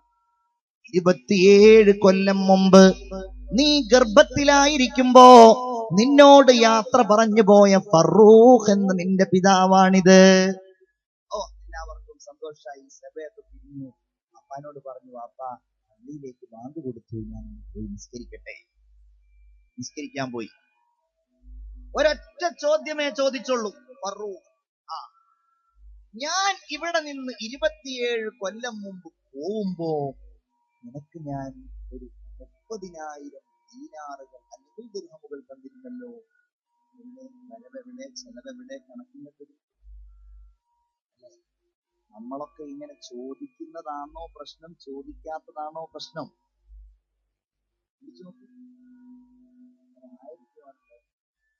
കഴിഞ്ഞ ആഴ്ച ഒരു 500 രൂപ നിനക്ക് ഞാൻ തന്നിരുന്നല്ലോ എന്ന് പറഞ്ഞാൽ അത് പ്രശ്നമാവൂല്ലേ? ചിന്തിച്ചു നോക്കൂ സഹോദരിമാരൊക്കെ, ആലോചിക്കണം. നാളെ മുതൽ ചോദിച്ചു തുടങ്ങണം. ചോദിക്കാത്തതാ പ്രശ്നം അല്ലേ? ചോദിക്കൂല, ചോദിക്കുന്നത് മുഴുവൻ കൊടുക്ക. ചോദിക്കൂല, അതെന്തായി എന്നത് വലിയ പ്രതിസന്ധിയാണ്. ചോദിച്ചു, ആര് ദേഷ്യപ്പെടുകയല്ല, ഞാൻ പറഞ്ഞു തരാൻ പറഞ്ഞു. പള്ളിയിൽ പോയി, നിങ്ങൾ പള്ളിയിൽ പോയി തിരിച്ചു വരൂ, ഞാൻ നിങ്ങൾക്ക് ഓരോന്നും കൃത്യമായി പറഞ്ഞു തരാം, എങ്ങനെയാണ് ഞാനത് ചെലവഴിച്ചത് എന്ന്. ഇദ്ദേഹം പള്ളിയിലേക്ക് പോയി. മസ്ജിദുൻ നബവിയുടെ ഏകദേശം പിന്നിലെ സഫിലാണ് അദ്ദേഹത്തിന് സ്ഥലം കിട്ടിയത്. അങ്ങനെ നിസ്കരിച്ചു. നിസ്കാരം കഴിഞ്ഞു. അദ്ദേഹം ഇങ്ങനെ ഇരിക്കുമ്പോഴാണ് പള്ളിയുടെ മിഹ്റാബിന്റെ മുമ്പിൽ സുമുഖനായ ഒരു ചെറുപ്പക്കാരൻ, മുഖം മനസ്സിലാകുന്നില്ല, വന്നു. ഖുർആനോദി, ഹദീസുകൾ പറഞ്ഞു. വളരെ ഹൃദ്യമായ ഹദീസുകൾ, നല്ല വിവരണങ്ങൾ, നല്ല വ്യാഖ്യാനങ്ങൾ. ഇതാരാണ്? അടുത്ത ആളോട് ചോദിച്ചു, ആരാണ് പ്രസംഗിക്കുന്നത്, ആരാണ് ഈ നാട്ടുകാരനല്ലേ? ഞങ്ങളൊക്കെ ഇരിക്കുന്നത് ഇദ്ദേഹത്തിൻ്റെത് കേൾക്കാനാണല്ലോ. ഹാദാ ഇമാമുൽ മദീന റബീഅത്ത് ഇബ്നുൽ ഫറൂഖ്. ഇത് മദീനയുടെ ഇമാമാണല്ലോ, ഇത് നമ്മുടെ നേതാവാണല്ലോ, ഇത് മുഹദ്ദിസുൽ മദീന, മദീനയിൽ ഇന്ന് ജീവിച്ചിരിക്കുന്ന ഏറ്റവും വലിയ മുഹദ്ദിസാണല്ലോ റബീഅത്ത് ഇബ്നുൽ ഫറൂഖ്. ഫറൂഖിന്റെ കണ്ണുകൾ നിറഞ്ഞുപോയി. തുളുമ്പുന്ന കണ്ണുകളുമായി, തപിക്കുന്ന ഹൃദയവുമായി തന്റെ ഭാര്യയുടെ അടുക്കൽ ചെന്നുകൊണ്ട് ബഹുമാനപ്പെട്ട ഫറൂഖ് എന്നവർ പറയുന്നു, പെണ്ണേ, നീ എനിക്ക് 30,000 ദീനാറുകളുടെ കഥ പറഞ്ഞു തരേണ്ടതില്ല. കാരണം അതിനേക്കാൾ വലിയ ഒരു സമ്മാനം എനിക്ക് നീ തന്നല്ലോ. ഇസ്ലാമിക പ്രബോധനത്തിന് വേണ്ടിയുള്ള യാത്രയില് എന്റെ പ്രിയപ്പെട്ട പൊന്നുമോനെ നോക്കാൻ എനിക്ക് അവസരമില്ലാതിരുന്നപ്പോ അതിനെയെല്ലാം തൃണവൽഗണിച്ചുകൊണ്ട് നീ എനിക്ക് നല്ല ഒരു മോനെ തന്നല്ലോ. അത് തന്നെ മതി എനിക്ക്. പറഞ്ഞു, പ്രിയപ്പെട്ട ഭർത്താവേ, നിങ്ങൾ എനിക്ക് നൽകിയ ആ 30,000 ദീനാറുകൾ ഉണ്ടല്ലോ, അത് ഏറ്റവും ഹലാലായ ധനമായിരുന്നു. അതിൽ നിന്നാണ് നിങ്ങളുടെ മകനെ ഞാൻ പഠിപ്പിച്ചത്, നിങ്ങളുടെ മകന് വേണ്ടിയുള്ള ഭക്ഷണം ഞാൻ കൊടുത്തത് എന്ന് തന്റെ പ്രിയപ്പെട്ട ഭാര്യ മറുപടി പറഞ്ഞതായി താരീഖിന്റെ കിതാബുകളിൽ നമുക്ക് കാണുവാൻ കഴിയും. അല്ലാഹു നമുക്ക് നല്ല മക്കളെ തരുമാറാകട്ടെ. ആമീൻ യാ റബ്ബൽ ആലമീൻ. നിങ്ങളുടെ അടുക്കലേക്ക് ബക്കറ്റുമായിട്ട് സംഘാടകർ വരും. ഇൻഷാ അല്ലാഹ് നല്ല ഒരു സ്വതക്ക. റഹ്മാനായ റബ്ബി, എന്ത് നിയ്യത്തോടെയാണോ നിങ്ങൾ സ്വതക്ക ചെയ്യുന്നത്, അല്ലാഹു തആല ആ സ്വതക്ക കബൂൽ ചെയ്യുമാറാവട്ടെ. എല്ലാവരും ആമീൻ പറയൂ. അല്ലാഹു തആല കബൂൽ ചെയ്യുമാറാവട്ടെ. അർദ്ധരാത്രിയോടടുത്ത സമയമാണ് നിങ്ങൾ ഈ സ്വതക്ക ചെയ്യുന്ന സമയം എന്ന് പറയുന്നത്. ഇൻഷാ അല്ലാഹ് നിങ്ങൾ എല്ലാവരും ഏറ്റവും ചുരുങ്ങിയത് എത്ര രൂപ ഇടണമെന്നാ ഞാൻ പറയേണ്ടത്? ഒരിക്കൽ അടുത്ത് അത്തിപ്പറ്റ ഉസ്താദിന്റെ കൂടെ ഒരു പരിപാടി. അത്തിപ്പറ്റ ഉസ്താദിനെ അറിയാലോ? അത്തിപ്പറ്റ ഉസ്താദ് അല്ലാഹു തആല ദീർഘായുസ് കൊടുക്കുമാറാവട്ടെ. അപ്പൊ പ്രസംഗം ഞാൻ ചെയ്യുന്നതിന്റെ മുമ്പ് ഉസ്താദ് പോവാ. അപ്പൊ പോകുന്ന സമയത്ത് കീശയിൽ കൈയിട്ടിട്ട് എന്നോട് പറഞ്ഞു, ഇതാ ബക്കറ്റ് വരുന്നു. ഉസ്താദ് പോയപ്പോ ഞാൻ നോക്കിയപ്പോഴുണ്ട് 1,500 രൂപ. പരിപാടിയിൽ പങ്കെടുക്കാൻ വന്ന ആളാ ഉസ്താദ്. 1,500 രൂപ അത് ഞാൻ ബക്കറ്റിലിട്ടു. നമ്മളൊക്കെ, ഞാൻ പലപ്പോഴും ആലോചിക്കാറുള്ളത്, നമ്മളുടെ ഇടയിലൊക്കെ പക്കത്ത് ഇങ്ങനെ വരുമ്പോൾ ചിലര് കാണാൻ ഇങ്ങനെ വല്ലാതാവും. 10 നോട്ടിന്റെ ചില്ലറല്ലാത്ത ബുദ്ധിമുട്ടായി. ഇൻഷാ അല്ലാഹ് ഇളയറ്റിലെ ഈ മജ്‌ലിസിൽ ഒരുമിച്ച് കൂടിയ ഒരാൾക്കും അങ്ങനെ ഒരു വേദന ഒന്നും ഉണ്ടാവില്ല എന്നാ ഞാൻ വിചാരിക്കുന്നത്. നല്ല നിയ്യത്തോടെ നമ്മളൊക്കെ അതിൽ സ്വതക്ക ചെയ്യുക. അല്ലാഹു തആല കബൂലാക്കുമാറാവട്ടെ. എഴുന്നേറ്റുന്ന ഒരു സ്വലാത്ത് ചൊല്ലിയാൽ ഇൻഷാ അല്ലാഹ് എല്ലാ ക്ഷീണവും മാറിയിട്ട് നല്ലൊരു സ്വതക്ക ചെയ്യാനുള്ള തീരുമാനം എടുക്കുക. സ്വലാത്തുല്ലാഹ് സലാമുല്ലാഹ് അലാ ത്വഹ റസൂലില്ലാഹ്. സ്വലാത്തുല്ലാഹ് സലാമുല്ലാഹ് അലാ യാസീൻ ഹബീബില്ലാഹ്. പുറത്തൊക്കെ പോയവര് മാത്രം ഇരുന്നാൽ മതി. പുറത്തൊക്കെ പോയവര് മാത്രം, പുറത്ത് പോയവര് മാത്രം. ഇത് ഭയങ്കരമാണ്. എല്ലാവരും ഉറപ്പൊറ്റ പോയത് അത്ഭുതമാണ്. എന്തോ കറാമത്ത് കൊണ്ടെന്ന് മനസ്സിലാണ്. റഹ്മാനായ റബ്ബ് എല്ലാവർക്കും ഈമാനികമായ ആവേശം നൽകുമാറാവട്ടെ.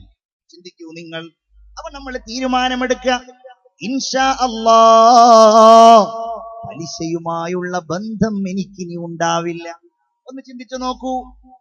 മരിച്ചോരുടെ കടമുള്ള ആളുകളുടെ പേരിൽ ഹബീബായ മുഹമ്മദ് മുസ്തഫ സല്ലല്ലാഹു അലൈഹി വസല്ലം മയ്യിത്ത് നിസ്കരിച്ചിട്ടില്ല. നമ്മളെ ഒന്നും ആരും അറിയില്ല. മുത്തൂറ്റ് ഫൈനാൻസുകാരന്റെ അടുക്കൽ, മണപ്പുറം ഗോൾഡ് ലോണുകാരന്റെ അടുക്കൽ നമ്മുടെയൊക്കെ ലക്ഷക്കണക്കിന് രൂപ പലിശക്കെടുത്ത കാര്യം ആരും അറിയില്ല. സുബ്ഹാനല്ലാഹ്, പെട്ടെന്നങ്ങ് മരിച്ചു പോയാൽ, പലിശക്കാരനായി മരിച്ചാൽ എന്തായിരിക്കും നമ്മുടെ ഗതി? യതഖബ്ബതുഹു. അല്ലാഹു തആല ഖുർആനിൽ പറഞ്ഞത്, മഹ്ശറിലേക്ക് അവൻ വരിക എങ്ങനെയാണെന്നറിയോ? അവൻ ഭൂമിയുടെ മുകളിൽ ഇഴഞ്ഞുകൊണ്ടാണ് മഹ്ശറിൽ നിന്ന് പുറത്തേക്ക് വരിക. പലിശക്കാരൻ വരുന്ന രൂപം അങ്ങനെയാണെന്ന് മുഹമ്മദ് മുസ്തഫ സല്ലല്ലാഹു അലൈഹി വസല്ലം. അതുകൊണ്ട് മുഅ്മിനീങ്ങളെ, പലിശയുമായുള്ള ബന്ധം നമ്മൾ അവസാനിപ്പിക്കുക. നമുക്കതിലൂടെയുള്ള വേണ്ട, നമുക്കതിലൂടെയുള്ള സുഖങ്ങൾ വേണ്ട. അല്ലാഹു നമുക്ക് തരുമല്ലോ. നമ്മൾ അവനെ നിർദ്ദേശിച്ച് ജീവിച്ചാൽ, അവന് വേണ്ടി ഇബാദത്ത് ചെയ്ത് ജീവിച്ചാൽ, അല്ലാഹുവേ എനിക്ക് നീ ഹലാലായത് തരണേ, എനിക്ക് നീ സന്തോഷിപ്പിക്കുന്നത് തരണേ, എനിക്ക് നീ മതിയാകുന്നത് തരണേ, നീ തരുന്നത് എനിക്ക് മതിയാക്കണേ എന്ന് ദുആ ചെയ്യുമായിരുന്നു മുഹമ്മദ് മുസ്തഫ സല്ലല്ലാഹു അലൈഹി വസല്ലം. അതുകൊണ്ട് ഏറ്റവും വലിയ അരാജകത്വത്തിനെതിരായുള്ള ചിന്ത, പലിശക്കെതിരായുള്ള ചിന്ത ഈ സദസ്സിലുള്ള മുഴുവൻ ആളുകളും ഏറ്റെടുക്കണം. ചെയ്തവരുണ്ടെങ്കിൽ, ഏർപ്പെട്ടവരുണ്ടെങ്കിൽ പിൻവാങ്ങണം. തൗബ ചെയ്ത് അല്ലാഹുവിലേക്ക് മടങ്ങണം. ഈമാനോടുകൂടെയുള്ള മരണത്തിന് വേണ്ടി തന്റെ സമ്പാദ്യം മുഴുവൻ ഹലാലാകുവാനുള്ള ശ്രമം നടത്തണം. തെറ്റുകൾ കൂടുന്ന കാലമാണ്, കുറ്റങ്ങൾ കൂടുന്ന കാലമാണ്. നമ്മൾ പത്രം നോക്കിയാൽ വായിക്കാൻ പോലും കഴിയില്ലല്ലോ. നഊദു ബില്ലാഹ് അല്ലേ? ഓരോരുത്തരുടെ വ്യഭിചാര കഥകൾ, കൊലപാതക കഥകൾ. എന്തു പറ്റിപ്പോയി? അല്ലാഹുവിന്റെ ഹബീബ് മുഹമ്മദ് മുസ്തഫ സ്വല്ലല്ലാഹു അലൈഹി വസല്ലമ തങ്ങൾ മുന്നറിയിപ്പ് നൽകുകയാണ്, നിങ്ങൾക്കിവിടെ ഒരുപാട് കുഴപ്പങ്ങൾ വരാനുണ്ട്. അതിൽ നിന്നൊക്കെ നിങ്ങൾക്ക് മോചനം വേണോ? ബാദിറൂ ബിൽ അഅ്മാൽ, നിങ്ങൾ വേഗത്തിൽ അമൽ ചെയ്യൂ, നിങ്ങൾ സൽക്കർമ്മങ്ങൾ വേഗത്തിൽ ചെയ്യൂ എന്ന് സയ്യിദുനാ മുഹമ്മദ് മുസ്തഫ സ്വല്ലല്ലാഹു അലൈഹി വസല്ലം. കാരണം നിങ്ങൾക്ക് ഈ കുഴപ്പങ്ങൾ വന്നാൽ അത് ചെയ്യാൻ കഴിയില്ല. ദജ്ജാല് വന്നാൽ, ഉദാഹരണം പറയാണ്, അബിദ്ദജ്ജാൽ, ദജ്ജാല് വന്നാൽ നിങ്ങൾക്കത് ചെയ്യാൻ കഴിയില്ല. 10-ാം തീയതി നമ്മുടെ UK അബ്ദുൽ ലത്തീഫ് മൗലവി നടത്തുന്ന സ്ഥാപനത്തിൽ ഇൻഷാ അല്ലാഹ് ദജ്ജാൽ സർവനാശത്തിന്റെ തുടക്കം എന്ന വിഷയത്തിൽ ഞാൻ സംസാരിക്കുന്നുണ്ട്. ദജ്ജാല് വന്നാൽ നിങ്ങൾക്ക് അത് നടത്താൻ കഴിയില്ല. ഔ ഹറമൻ മുഫന്നിദ, പിച്ചുംപേയും പറയുന്ന വാർദ്ധക്യം വന്നാൽ നിങ്ങൾക്ക് സൽക്കർമ്മങ്ങൾ ചെയ്യാൻ കഴിയില്ലല്ലോ. മാരകമായ രോഗങ്ങൾ വന്നാൽ നിങ്ങൾക്ക് സൽക്കർമ്മങ്ങൾ ചെയ്യാൻ കഴിയില്ലല്ലോ. ഇവിടെ കുഴപ്പങ്ങൾ വരാൻ പോവുകയാണ്, പ്രശ്നങ്ങൾ വരാൻ പോവുകയാണ്. അത് വരുന്ന രൂപം എങ്ങനെയാ പറഞ്ഞെന്നറിയോ? തുറദുൽ ഫിതൻ, ഫിത്നകൾ നിങ്ങളുടെ മുമ്പിൽ വെളിവാകുന്നതാണെന്ന് സ്വാദിഖുൽ മസ്ദൂഖ് ത്വഹ മുഹമ്മദ് മുസ്തഫ. ഉറക്കെ സ്വലാത്ത് മുഹമ്മദ് മുസ്തഫ. ആ വാക്ക് നോക്കൂ മുഅ്മിനെ, തുഅറളു, നിങ്ങളുടെ മുമ്പിൽ നിന്ന് നിങ്ങൾ ഇവിടെ ഇങ്ങനെ ഇരുന്നാ മതി. നമ്മുടെ മുമ്പിൽ വെളിവാവുകയല്ലേ. ഞാനതിലേക്ക് വരാം. മുഅ്മിനീങ്ങളെ, ഈ പാപഭംഗിലമായ ജീവിതത്തിൽ നമ്മൾ പെട്ടുപോയാൽ റസൂലുള്ളാഹിന്റെ വാക്ക് ഞാൻ ആവർത്തിക്കാണ്, ഇൻഷാ അല്ലാഹ് ബാദിറൂ ബിൽ അഅമാൽ. എനിക്ക് സൽക്കർമ്മം ചെയ്യാൻ അവസരമുണ്ടോ? എനിക്ക് സ്വതക്ക ചെയ്യാൻ അവസരമുണ്ടോ? എനിക്ക് സത്യസന്ധമായി ജീവിക്കാൻ അവസരമുണ്ടോ? കാരണം ഇതാ കുഴപ്പങ്ങൾ വരാൻ പോവുകയാണ്. ഒന്ന് റസൂലുള്ളാഹി എണ്ണുന്നു, ഔ മൗതൻ മുജ്ഹിസ, നിങ്ങൾക്ക് പെട്ടെന്നുള്ള മരണം വന്നേക്കാം. ചെയ്യാൻ സമയമുണ്ടോ? കടപ്പാടുകൾ തീർക്കാൻ സമയമുണ്ടോ? ഇനി ഇബാദത്ത് ചെയ്യാമെന്ന് അല്ലാഹുവിനോട് പറയുമല്ലോ. റബ്ബി ലൗലാ അഖർതനി ഇലാ അജലിൻ ഖരീബ്, അല്ലാഹുവേ ഒരല്പസമയം എനിക്ക് നീ തരുമോ? അങ്ങനെ തന്നാൽ ഞാൻ സ്വതഖ ചെയ്തോളാം, ഞാൻ നല്ലത് ചെയ്തോളാം. വഅകും മിനസ് സ്വാലിഹീൻ. പക്ഷെ അല്ലാഹു സമ്മതിക്കും. അല്ലാഹു നമ്മളെയൊക്കെ കാത്തുരക്ഷിക്കുമാറാവട്ടെ. പെട്ടെന്നുള്ള മരണങ്ങൾ കാലത്തിന്റെ ഒരു പ്രശ്നമാണ് അല്ലേ? ഉജ്അത്തുൽ മൗത്ത് മിൻ അലാമാത്തിസ് സാഅ, ഖിയാമത്ത് നാളിന്റെ അടയാളങ്ങളിൽ പെട്ടതാണ് പെട്ടെന്നുള്ള മരണങ്ങൾ. കുഴഞ്ഞു വീണുള്ള മരണം, അറ്റാക്കായിട്ടുള്ള മരണം.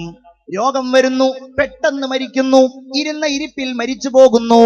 വിനീതനായ ഞാൻ ദാറുൽ ഹുദാ ഇസ്ലാമിക് യൂണിവേഴ്സിറ്റിയുടെ ഒരു സ്ഥാപനത്തിൽ ജോലി ചെയ്യുന്ന ആളാണ്. തൃശൂർ ജില്ലയിലെ ചാമക്കാല എന്ന് പറയുന്ന സ്ഥലത്ത് അവിടെയുള്ള ഒരു ദാറുൽ ഹുദായുടെ സ്ഥാപനത്തിൽ, നിങ്ങളുടെ കൊടുവള്ളിയിലുള്ള സ്ഥാപനം പോലെ ഞാൻ അവിടെ ഒരു സ്ഥാപനത്തിൽ അധ്യാപകനായി ജോലി ചെയ്യുന്നയാളാണ്. ദാറുൽ ഹുദായുടെ സ്വഭാവം നിങ്ങൾക്കറിയാമല്ലോ. 10 വയസ്സായാലാണ് ദാറുൽ ഹുദായിൽ അഡ്മിറ്റ് ചെയ്യപ്പെടുന്നത്. 22 വയസ്സ് 12 കൊല്ലം പഠിപ്പിച്ചിട്ടാണ് ഹുദവി എന്ന ബിരുദം നൽകിയിട്ട് ദാറുൽ ഹുദായിൽ നിന്ന് വിദ്യാർത്ഥികളെ പുറത്ത് പറഞ്ഞേക്കുന്നത്. ഈ കഴിഞ്ഞ റമദാൻ കഴിഞ്ഞ തൊട്ടുടനെ 45 കുട്ടികളെ ഞങ്ങൾ പുതുതായി അഡ്മിറ്റ് ചെയ്തു. അങ്ങനെ ഓരോ കുട്ടികളെയും വലിയ പ്രതീക്ഷയുമായി വാപ്പ കൈപിടിച്ച് കോളേജിൽ കൊണ്ടുവരികയാണ്. ഒരു കുട്ടിയുടെ പിതാവ് അവന്റെ കൈപിടിച്ച് ഞങ്ങളെ ഏൽപ്പിച്ചുകൊണ്ട് പറഞ്ഞു, ഉസ്താദേ, ഇതെന്റെ മൂത്ത മോനാണെങ്കിൽ വളരെ നിഷ്കളങ്കൻ, ഒരു ചെറിയ പാവം പയ്യൻ, ഇതെന്റെ മൂത്ത മോനാണ്, ഇവനെ ഉസ്താദ് ഹുദവിയാക്കിയിട്ട് തിരിച്ചു തരണം. ഞങ്ങളോട് പറഞ്ഞു. അയാള് പറഞ്ഞു, ഉസ്താദേ, ഞാൻ സൗദിയിലെ ദമാമിൽ ജോലി ചെയ്യുന്നയാളാണ്, ഞാൻ ഈ മാസം 15-ാം തീയതി വരേണ്ടയാളായിരുന്നു. പക്ഷേ എനിക്ക് വരാൻ നേരത്തെ വന്നു. ഞാൻ ടിക്കറ്റ് നേരത്തെയാക്കി, ഇവനെ കൊണ്ടുവരാൻ ആളില്ലല്ലോ. അതുകൊണ്ട് ഇന്നലെ രാത്രി വളരെ വൈകിട്ടാ ഞാൻ എത്തിയത്. ഞാനിതാ ഇന്ന് രാവിലെ ഇങ്ങോട്ട് പോരുകയും ചെയ്തു. പൊന്നുമോന്റെ ചുണ്ടുകളിൽ, അവന്റെ കവിളുകളിൽ, അവന്റെ നെറ്റിത്തടത്തിൽ മുത്തം കൊടുത്തിട്ട പിതാവ് യാത്രയായി. ഞങ്ങളോട് യാത്ര പറഞ്ഞു, മറ്റൊരവസരത്തിൽ വരാമെന്ന് പറഞ്ഞു. അങ്ങനെ പോയി. വാപ്പാര് പോയതിനു ശേഷം മക്കള് കരച്ചിലോട് കരച്ചിലാണ്. എനിക്ക് വാപ്പയെ കാണണം, എനിക്ക് ഉമ്മയെ കാണണം, കാണേണ്ടാത്ത ആരുമില്ല, എല്ലാവരെയും കാണണം. അങ്ങനെ കാണണം എന്ന് പറഞ്ഞവൻ കരഞ്ഞുകൊണ്ടിരിക്കുന്നതിനിടയിലാണ് ഒരു ദിവസം അവന്റെ പിതാവ് വിളിക്കുന്നത്, ഉസ്താദേ, മോനെ ഒന്ന് കിട്ടുമോ? മോന്റെ കയ്യിൽ ഫോൺ കൊടുത്തു. ഫോൺ കിട്ടിയ പാടെ അവൻ കരയാൻ, എനിക്ക് വാപ്പയെ കാണണം. അവസാനം വാപ്പ പറഞ്ഞു, മോനെ, ഏതായാലും നാളെ വൈകുന്നേരം നിന്നെ കാണാൻ വേണ്ടി ഞാൻ വരാം. സമ്മതിച്ചു. അവന് സന്തോഷമായി. അവൻ കളിയിലേർപ്പെട്ടു. വാപ്പ നാളെ വരും എന്നവൻ കൂട്ടുകാരോട് പറഞ്ഞു. പിറ്റേ ദിവസമായി. രാവിലെ ഒരു 9 മണി സമയം. നാസ്ത കഴിച്ചിട്ടില്ല. ഉസ്താദുമാരൊക്കെ ഇങ്ങനെ ഇരുന്ന് സംസാരിക്കുമ്പോ ഒരു ഫോൺ വരുന്നു. ഉസ്താദേ, മലപ്പുറം ജില്ലയിലെ പൂക്കളത്തൂരിന്നാ വിളിക്കുന്നത്. അവിടെ 1-ാം ക്ലാസ്സിലെ ഇന്ന പയ്യനില്ലേ, അവന്റെ പിതാവ് ഒരു 10 മിനിറ്റ് മുമ്പ് മരിച്ചുപോയി. ഞങ്ങൾ ഞെട്ടിപ്പോയി. മരിച്ചതിൽ ഞെട്ടിയതല്ല, ഞങ്ങൾ ആകെ അപ്സെറ്റായി പോയി. 38 വയസ്സുള്ള ചുറുചുറുക്കുള്ള ചെറുപ്പക്കാരനാണ്. ഒരു രോഗവും ഉണ്ടായിരുന്നില്ല, ഒരു അപകടവും പറ്റിയിട്ടില്ല. രാവിലെ ചായ ക്ലാസ് എടുത്ത് പത്രവുമായിട്ട് അങ്ങോട്ട് പോയിട്ടിരുന്ന് വീടിന്റെ സിറ്റ് ഔട്ടിലിരുന്ന് പത്രം വായിച്ചു കൊണ്ടിരിക്കുന്നതിനിടയിലാണ് ഈ ചെറുപ്പക്കാരൻ അവിടെ ഇരുന്നങ്ങ് മരിച്ചു പോകുന്നത്. നിങ്ങൾ എന്ത് ചെയ്യും? ഞെട്ടിയത് ഇയാള് മരിച്ചതിലല്ല, പെട്ടെന്നുള്ള മരണത്തിലൊക്കെ ഞെട്ടുന്ന കാലം കഴിഞ്ഞില്ലേ? മരണം കേൾക്കാൻ ചെവി ഇങ്ങനെ കാത്തിരിക്കുകയല്ലേ? ആ മരണത്തിൽ ഞങ്ങൾ വേദനിച്ചത് ഈ പൊന്നുമോനോട് എങ്ങനെയാ നിന്റെ വാപ്പ മരിച്ചു എന്ന വിവരം ഞങ്ങൾ പറയുക? മനസ്സിൽ വല്ലാത്ത സങ്കടം. ഇവനോട് എങ്ങനെ പറയും? അവസാനം ഞങ്ങൾ അവനെ വിളിച്ചു. മോനെ, ഉസ്താദുമാർക്ക് നിന്റെ നാട്ടിലേക്കൊന്ന് പോകണം, നീയും പോന്നോ? അവൻ തുള്ളിച്ചാടുകയാണ്. അവൻ പുതിയ വസ്ത്രങ്ങളൊക്കെ മാറി കൂട്ടുകാരോടൊക്കെ അവൻ നടന്നു പറഞ്ഞു. അസ്സലാമു അലൈക്കും എന്ന് പറയുന്നത് ഞങ്ങൾ കേൾക്കുക കൂടി ചെയ്തു. ഞാൻ വീട്ടിൽ പോവാണ്, ഉസ്താദുമാർ എന്നെ കൂടെ കൊണ്ടുപോവാണ്. മറ്റുള്ളവർക്കിടയിൽ അതവന് വലിയ ഒരു അംഗീകാരം പോലെ. വണ്ടിയിൽ കയറി ഞങ്ങൾ ഇങ്ങനെ പോവുകയാണ്. എനിക്കിത് പറയാനുള്ള ആ ഒരു മനസ്സിങ്ങനെ വരികയാണ്. എന്തെങ്കിലും പറഞ്ഞിട്ട് അവസാനം ഇതൊന്നും പറയണമല്ലോ, പക്ഷെ അതിലേക്ക് അവൻ ശ്രദ്ധിക്കുന്നില്ല. അതുമാത്രം അവനോട് പറയാൻ തോന്നുന്നില്ല. അവന്റെ മുഖം കാണുമ്പോ എനിക്ക് എന്റെ പൊന്നുമോനെയാ ഓർമ്മ വന്നത്. അല്ലാഹുവേ, എങ്ങനെയാണ് ഈ മോനോട് ഇത് പറയുക? വണ്ടി തിരൂരിലെത്തി, വല്ലാതെ വിശക്കുന്നുണ്ട്. ഒരു ഹോട്ടലിന്റെ മുമ്പിൽ വണ്ടി നിർത്തി. അങ്ങനെ ഞങ്ങൾ ഭക്ഷണം കഴിക്കാൻ വേണ്ടി ഇറങ്ങിയപ്പോ എല്ലാവരും ഇറങ്ങി. അവൻ പറഞ്ഞു, ഞാൻ ഇറങ്ങുന്നില്ല. എന്തേ? എനിക്ക് വിശക്കുന്നില്ല. എടാ, എന്തെങ്കിലും കഴിക്ക്, ഞാൻ ഇറങ്ങുന്നില്ല. നീ വീട്ടിലെത്തിയിട്ട്. അവൻ പറഞ്ഞു, ഞാൻ വീട്ടിലെത്തിയിട്ട് കഴിച്ചോളാം, വീട്ടിലാരും ഉണ്ടാവൂല. അവൻ പെട്ടെന്ന് അങ്ങ് പറഞ്ഞു, എന്റെ വീട്ടിൽ വാപ്പ ഉണ്ടാവുമല്ലോ, വാപ്പാന്റെ കൂടെ ഇരുന്ന് ഭക്ഷണം കഴിച്ചിട്ടില്ല. ഞങ്ങളുടെ കണ്ണുകൾ നിറഞ്ഞു പോയി. ഈ പൊന്നുമോനോട് എങ്ങനെയാ അത് പറയേണ്ടത് എന്ന് തോന്നിപ്പോയി. ഞങ്ങൾ എന്തോ കഴിച്ചെന്ന് വരുത്തി അവന്റെ കയ്യിൽ സ്നേഹത്തോടെ ഒരു ആപ്പിൾ വെച്ച് കൊടുത്തിട്ട് ഞങ്ങൾ യാത്ര തുടർന്നു. മണിക്കൂറുകൾ കഴിഞ്ഞവന്റെ വീടിന്റെ മുമ്പിലെത്തി. അവനാകെ സ്തബ്ധനായി. പടച്ചോനെ, ഇതെന്താ ഒരു പന്തല്? എന്താ ഇത്രയധികം ആളുകള്? എല്ലാവരുടെ മുമ്പിലും അവൻ ഇങ്ങനെ കണ്ണു തുറിച്ചു നോക്കുകയാണ്. ആളുകളാണെങ്കിലും അവനെ ഇങ്ങനെ തുറിച്ചു നോക്കുകയാണ്. ഒരമ്മാവൻ വന്ന് അവനെ ഇങ്ങ് പിടിച്ചു കൊണ്ടുപോയി. അവര് കരുതിയത് ഞങ്ങൾ ഈ വിവരം പറഞ്ഞിട്ടുണ്ട് എന്നാണ്. ഞങ്ങളും പിന്നാലെ പോയി. അവൻ എന്താ പ്രതികരിക്കുക എന്നറിയില്ല.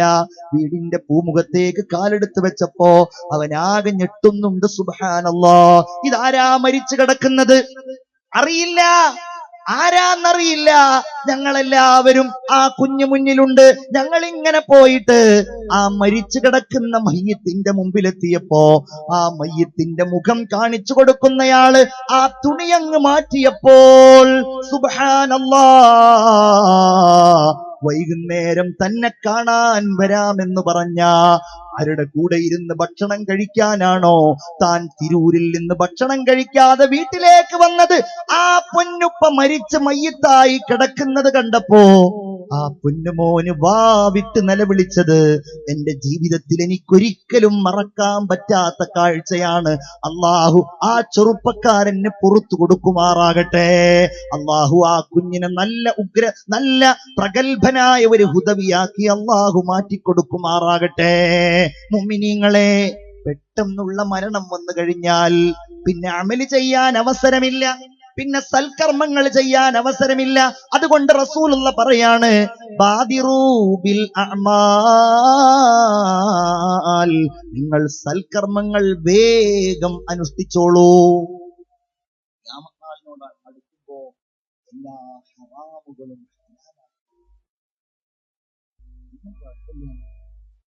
ഒന്നും കുഴപ്പമില്ല.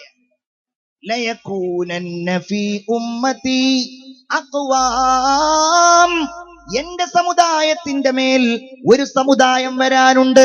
യസ്തഹില്ലൂനൽ ഹരീർ, അവർ പട്ട് അനുവദനീയമാന്ന് പറയും, പട്ട് പുതക്കും, പട്ട് ധരിക്കും പുരുഷന്മാർ. വൽ ഖംറ, ലഹരി പദാർത്ഥങ്ങളും അവരനുവദനീയം. അല്ലാഹു നമ്മെ കാത്തുരക്ഷിക്കുമാറാവട്ടെ. ഉറക്കാമീൻ പറയും, അല്ലാഹു നമ്മെ കാത്തുരക്ഷിക്കുമാറാവട്ടെ. ഞാനിപ്പോ ചോദിക്കാൻ വിട്ടതാണ്, ഈ ഭാഗങ്ങളിലൊക്കെ വല്ല ഉത്സവങ്ങളോ അതല്ലെങ്കിൽ നേർച്ചകളോ. കാരണം പ്രസംഗം കഴിഞ്ഞ് പോകുമ്പോ തെക്കൻ ഭാഗത്തേക്ക് അങ്ങ് എത്തിയാൽ അവിടെ ഇപ്പൊ ഈ നേർച്ചകളിൽ നിന്നുള്ള ആഭാസങ്ങൾ നടക്കുന്ന സമയം. ഇന്നലെ ഞാൻ പോകുമ്പോ ഒരു നേർച്ചക്ക് തന്നെ 2 or 3 അവിടെയുള്ള ഓരോ ബോയ്സും ബാഡ് ബോയ്സ് ആയിരിക്കും, ബ്ലാക്ക് ബോയ്സ് ആയിരിക്കും, രണ്ടും കൂടെയുള്ള ബോയ്സ് ആയിരിക്കും. ഓരോ ടീം ഓരോ കാര്യം നമ്മളുടെ വണ്ടിയൊക്കെ പോകുമ്പോ എന്നൊക്കെ പറഞ്ഞിട്ട് ഇങ്ങനെ കൊട്ടി വീട്ടുന്നൊക്കെ ഉണ്ട്. സമയം എത്രയായിരിക്കും? രാത്രി 1 മണി. ഒരു ദിവസത്തെ ഇതുപോലെ വാളിന്റെ മജ്‌ലിസിൽ ഒരുമിച്ച് കൂടിയിട്ട് അമ്മാനോട് അല്ലേ? മദ്യപാനം അനുവദനീയമാവുക,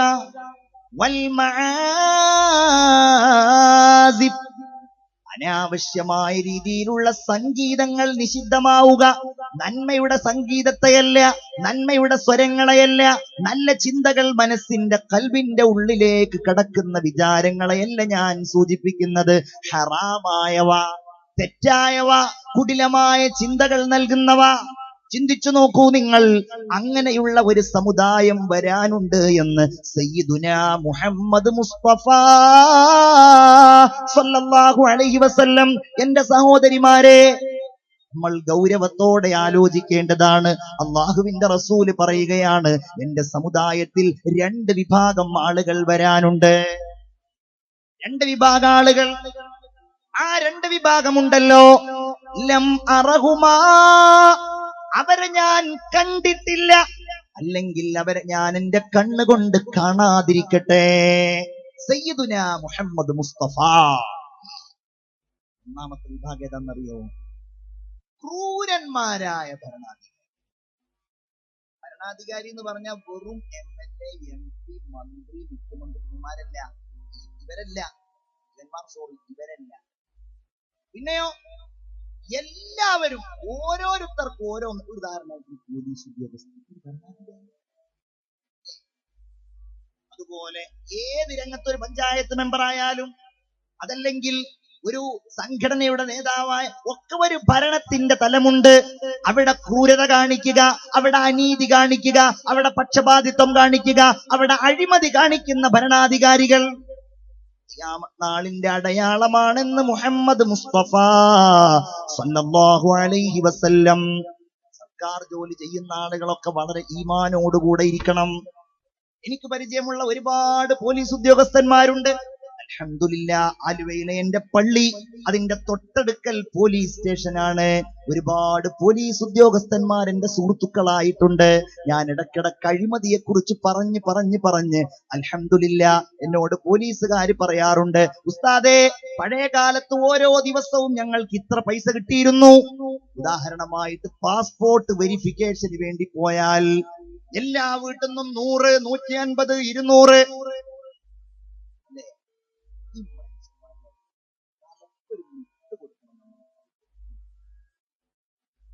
വല്ലാതെ ബുദ്ധിമുട്ടിക്കും ചില ആളുകൾ. ഇവിടെ അങ്ങനെ ഉണ്ട് നല്ല കേട്ടോ, ഞാൻ പറയുന്നു, സൂചിപ്പിക്കുന്നു മാത്രം. ഞങ്ങളുടെ നാട്ടില് പണ്ട് ഒരു ചെറുപ്പക്കാരൻ പെൺകുട്ടിയെ കാണാൻ വേണ്ടി വന്നിട്ട്, അപ്പൊ ഒരു പോലീസുകാരൻ കണ്ടെങ്കിൽ ഞാൻ അവരെ ആക്ഷേപിക്കല്ല കേട്ടോ, ചീത്ത പറയല്ല, സംഭവം പറയാന്ന് മാത്രം.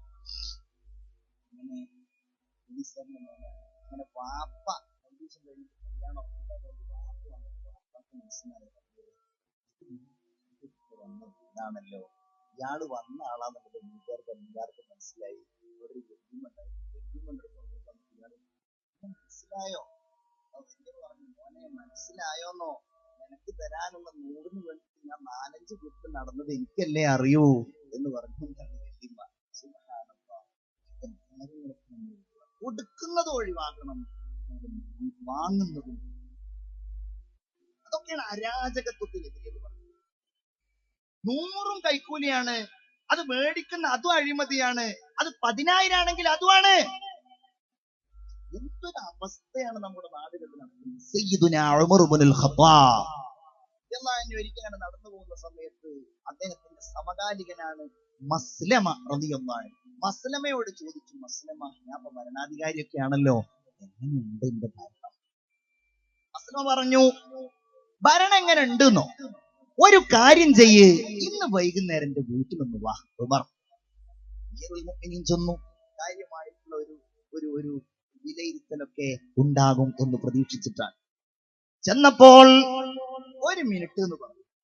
എന്നിട്ട് വീടിന്റെ ഉള്ളിലേക്ക് പോയി സയ്യിദുന ഉമർ ഇബ്നുൽ ഖത്താബ് റളിയല്ലാഹു തആല അൻഹു വീടിന്റെ ഉള്ളിലേക്ക് പോയിട്ട് തന്റെ ഈ വാള് മൂർച്ച കൂട്ടുന്ന ആയുധമായിട്ട് വന്നു. എന്നിട്ട് വാള് ഇങ്ങനെ മൂർച്ച കൂട്ടാണ്. ഉമറേ, അങ്ങാടിയിൽ ഇതുപോലെയുള്ള ആയുധങ്ങൾ വാങ്ങാൻ കിട്ടുന്ന കാലത്തോളം എങ്ങനെയാണ് ഉമറേ നിനക്ക് അനീതി പ്രവർത്തിക്കാൻ കഴിയുക, അല്ലാഹുവിന്റെ ദീനിനെതിരായി ഭരിക്കാൻ കഴിയുക എന്ന് സയ്യിദുന മസ്ലമ റളിയല്ലാഹു അൻഹു ചോദിച്ചതായി താരീഖിന്റെ കിതാബുകളിൽ നമുക്ക് കാണുവാൻ കഴിയും. അരാജകത്വം, അഴിമതി ഏറ്റവും വലിയ ഓഫീസിൽ എന്താ എഴുതിയിട്ടുണ്ടാകുക?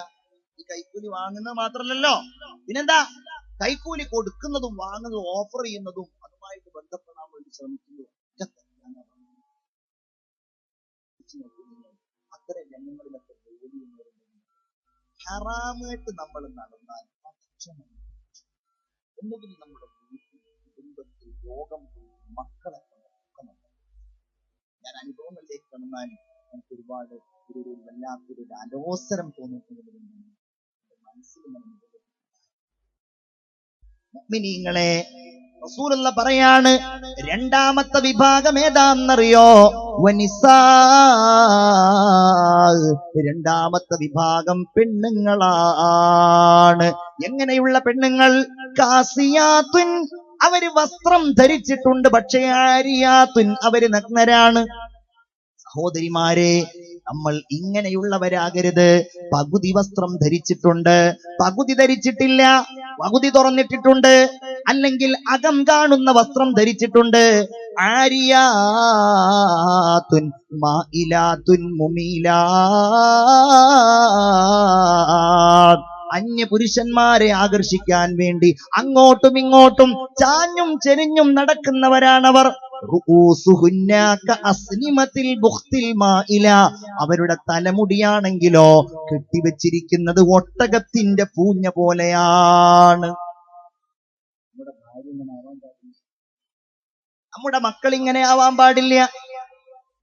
അരാജകത്വം കൂടുകയാണ്, വ്യഭിചാരം കൂടുകയാണ്. വ്യഭിചാരത്തിന്റെ വർധനവിന്റെ ഒരു കാരണം നമ്മൾ ചിന്തിക്കണം, നമ്മുടെ പെൺകുട്ടികൾ തന്നെയാണോ? ആണെന്നല്ല ഞാൻ പറഞ്ഞത്, ആണോ? സ്കൂളിൽ പോകുന്ന നമ്മുടെ പെൺകുട്ടികൾ, കോളേജിൽ പോകുന്ന നമ്മുടെ പെൺകുട്ടികൾ, അവരുടെ വസ്ത്രധാരണത്തിൽ, അവരുടെ സ്വഭാവത്തിൽ, അവർക്ക് നമ്മൾ നൽകുന്ന സൗകര്യങ്ങളിൽ അവർ ചൂഷണം ചെയ്യുന്നുണ്ടോ? ആ ചൂഷണം കാരണം അവർ മറ്റുള്ളവരിലേക്ക് ആകൃഷ്ടരാകുന്നുണ്ടോ? ഇന്ന് ഒരു ക്രിക്കറ്റ് താരത്തിന്റെ വാർത്ത ഞാൻ വായിച്ചു.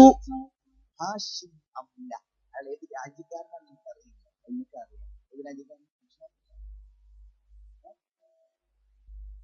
ദക്ഷിണാഫ്രിക്കക്കാരനായ ഹാഷിം അംല.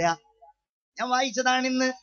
അഭിമാനം തോന്നിപ്പോയി. സംഭവം ക്രിക്കറ്റൊക്കെ തന്നെയാണ്, പക്ഷെ എനിക്കൊരു അഭിമാനം തോന്നി. എനിക്ക് അഭിമാനം തോന്നുന്നത് എനിക്കറിയില്ല.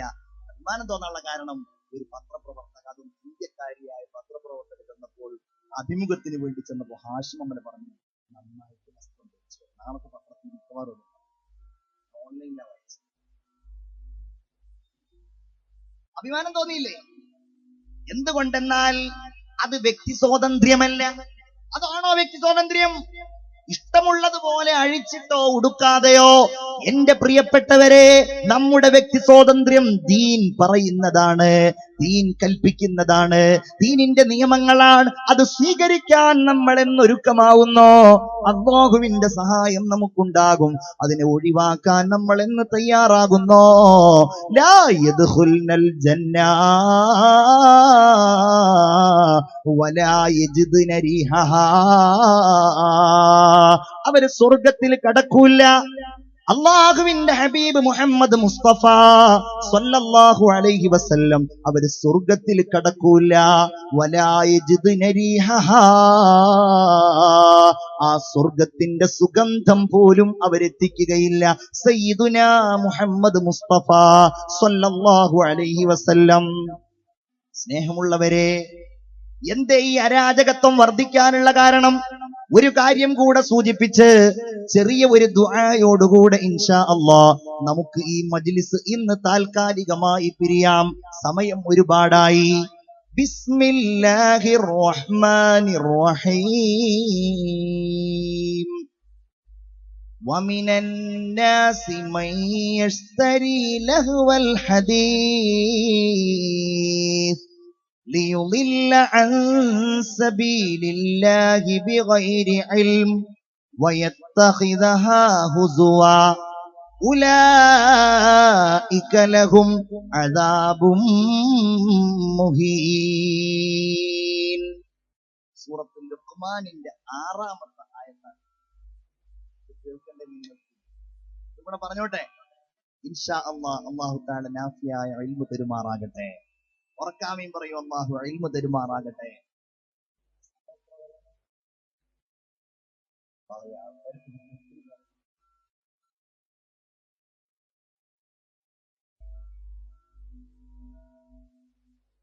എത്ര മണി വരെ പറയേണ്ടത് നിങ്ങൾ പറയുന്നത്?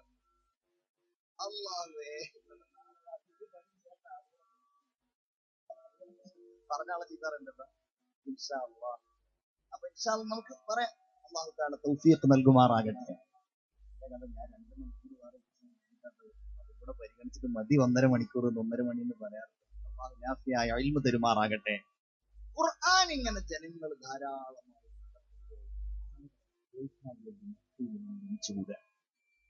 എത്രയോ ആളുകൾ, വലിയ വലിയ ആൾക്കൂട്ടം അവരിങ്ങനെ കൂടുന്നത് കണ്ടപ്പോൾ നളർ ഇബ്നുൽ ഹാരിസ് എന്ന വൃത്തികെട്ടവനുണ്ടായിരുന്നു.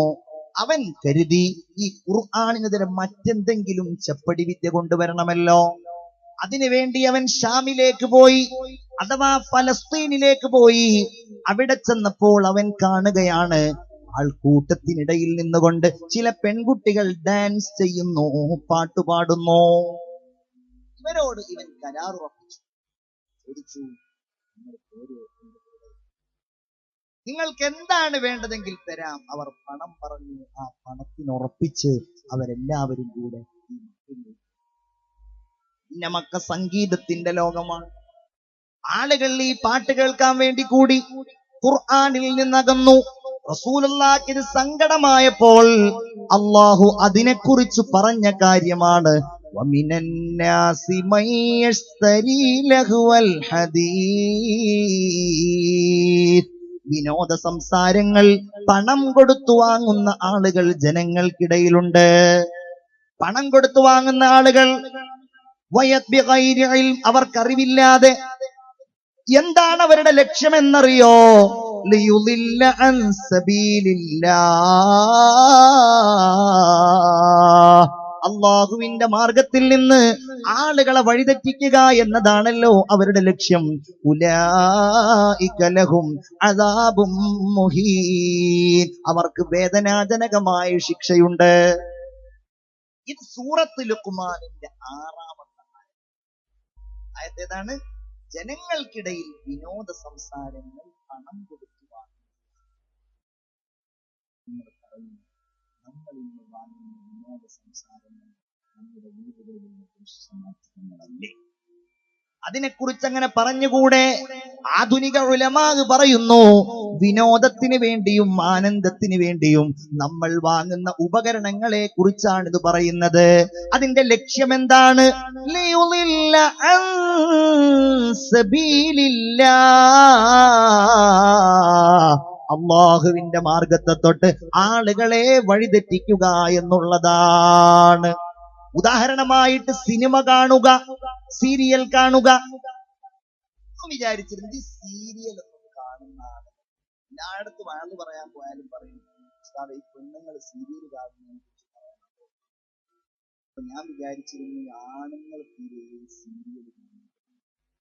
ഈ അടുത്ത് നമ്മുടെ ഒരു രാഷ്ട്രീയ നിരീക്ഷകൻ ചെറിയാൻ ഫിലിപ്പ് എന്ന് പറഞ്ഞ ചെറിയ ആള് തന്നെയാണ്. ഒരു ചെറിയാൻ ഫിലിപ്പ് അറിയില്ല? ചെറിയാൻ അദ്ദേഹം പറഞ്ഞതായിട്ട് അദ്ദേഹം എഴുതിയതോ പറഞ്ഞതോ ആയ ഒരു കാര്യം പത്രത്തിൽ ശനിയാഴ്ചയും ഞായറാഴ്ചയും ഉണ്ടാവും, വായിക്കാരിന്നോ അല്ലെങ്കിൽ ഒരു വാക്കും മറുവാക്കുന്നൊക്കെ പറഞ്ഞിട്ടുണ്ടാവും.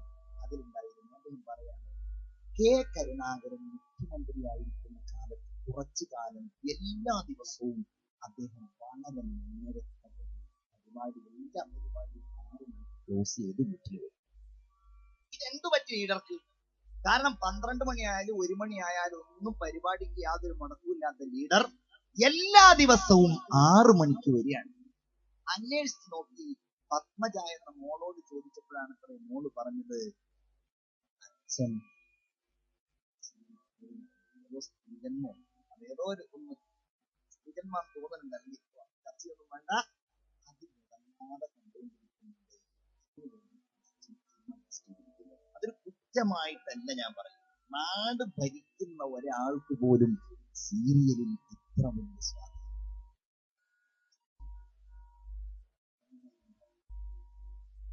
ലഹുവൽ ഹദീസ്, വിനോദ സംസാരങ്ങൾ പണം കൊടുത്തു വാങ്ങുകയാണ്. നമ്മുടെ വീടുകൾ സിനിമാ തിയേറ്ററുകളായി മാറരുത്. നമ്മൾ അതിന്റെ ആസ്വാദകന്മാരാകരുത്. നമുക്കത് മാതൃകയാകരുത്. നമുക്കതൊരു നേട്ടവും നൽകുന്നതല്ല. അതിൽ നിന്നൊന്നും ഒരു മുഅ്മിനായ മനുഷ്യന് കിട്ടാനില്ല.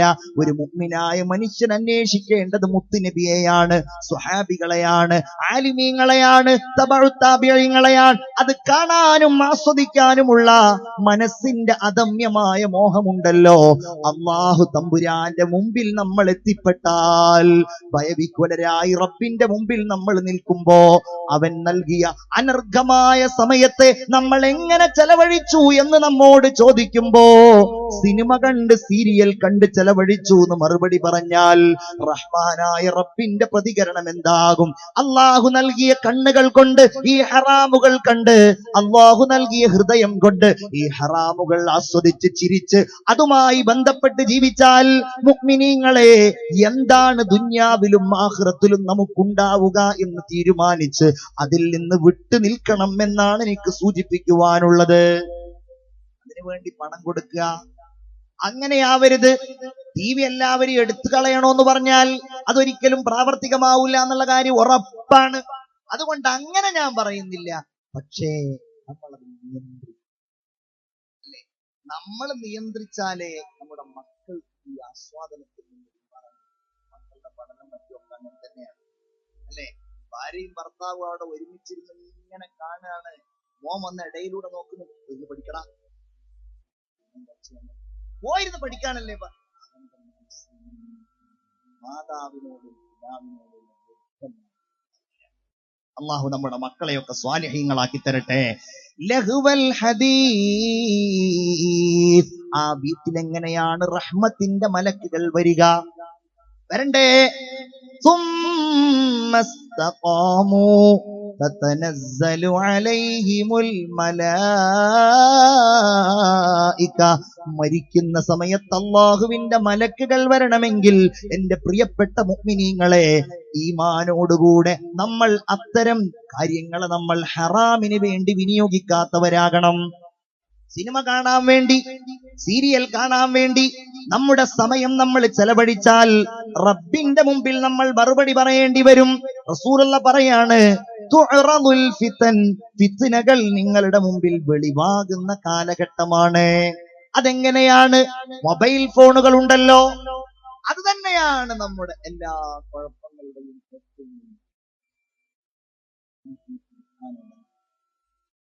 നമുക്കിന്ന് ഒരു മരിച്ച വീട്ടിൽ പോവാൻ, ഞാനിപ്പോ ആലോചിച്ച് നോക്കൂ.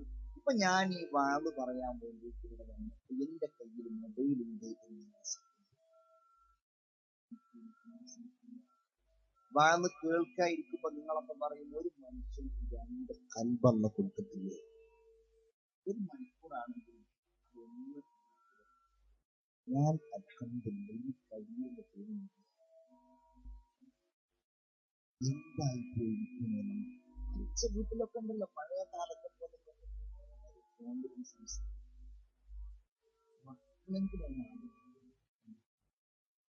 ഞാൻ ഇന്നാള് ഞാൻ കണ്ടൊരു കാഴ്ചയാണ്, ഖബറിലേക്ക് 3 പിടി മണ്ണ് വാരി വലിയ പരിപാടിയൊക്കെ. ഒരാള് മണ്ണ് വാരിയിട്ടാണ്, ഇടത്തെ കൈ കൊണ്ട് ചെവിയിൽ ഇങ്ങനെ ഫോണ് വെച്ചിട്ടുണ്ട്, വലത്തെ കൈ കൊണ്ട് JCB ഇങ്ങനെ കവറിലേക്ക് മണ്ണിട്ടുണ്ടെങ്കിൽ അയാൾ വന്നിട്ട് എന്തെങ്കിലും പറയോ? പിന്നെ JCB ഒരിക്കലും നമ്മൾ അതിനോട് മാതൃകയാക്കാറില്ല. JCB എന്ന് പറഞ്ഞാൽ അറിയില്ലേ? JCB എന്ന് പറഞ്ഞാൽ ഞങ്ങളൊക്കെ പറയാറുള്ളത് ഒന്നാം തരം സുന്നിയാണ് JCB എന്നാണ്. എത്ര വലിയ ദുൽമ ചെയ്താലും എല്ലാം കഴിഞ്ഞു പോകുന്ന സമയത്ത് രണ്ട് കൈയും ആകാശത്തേക്ക് ഉയർത്തിപ്പിടിച്ച് പുറത്തു തരണേ എന്ന് പറഞ്ഞിട്ടാണ് അദ്ദേഹം ഇങ്ങനെ പോകുന്നത്. സുന്നി എന്നാ പറയുന്നത്. അതുകൊണ്ട് പറയാൻ പറ്റൂല, ഇവൻ അത്രയും ഉണ്ടാവില്ല. അരോചകമാണ്. അല്ല, ഫിത്തൻ. പഴയ കാലത്തൊരു നുണ പറയണമെങ്കിൽ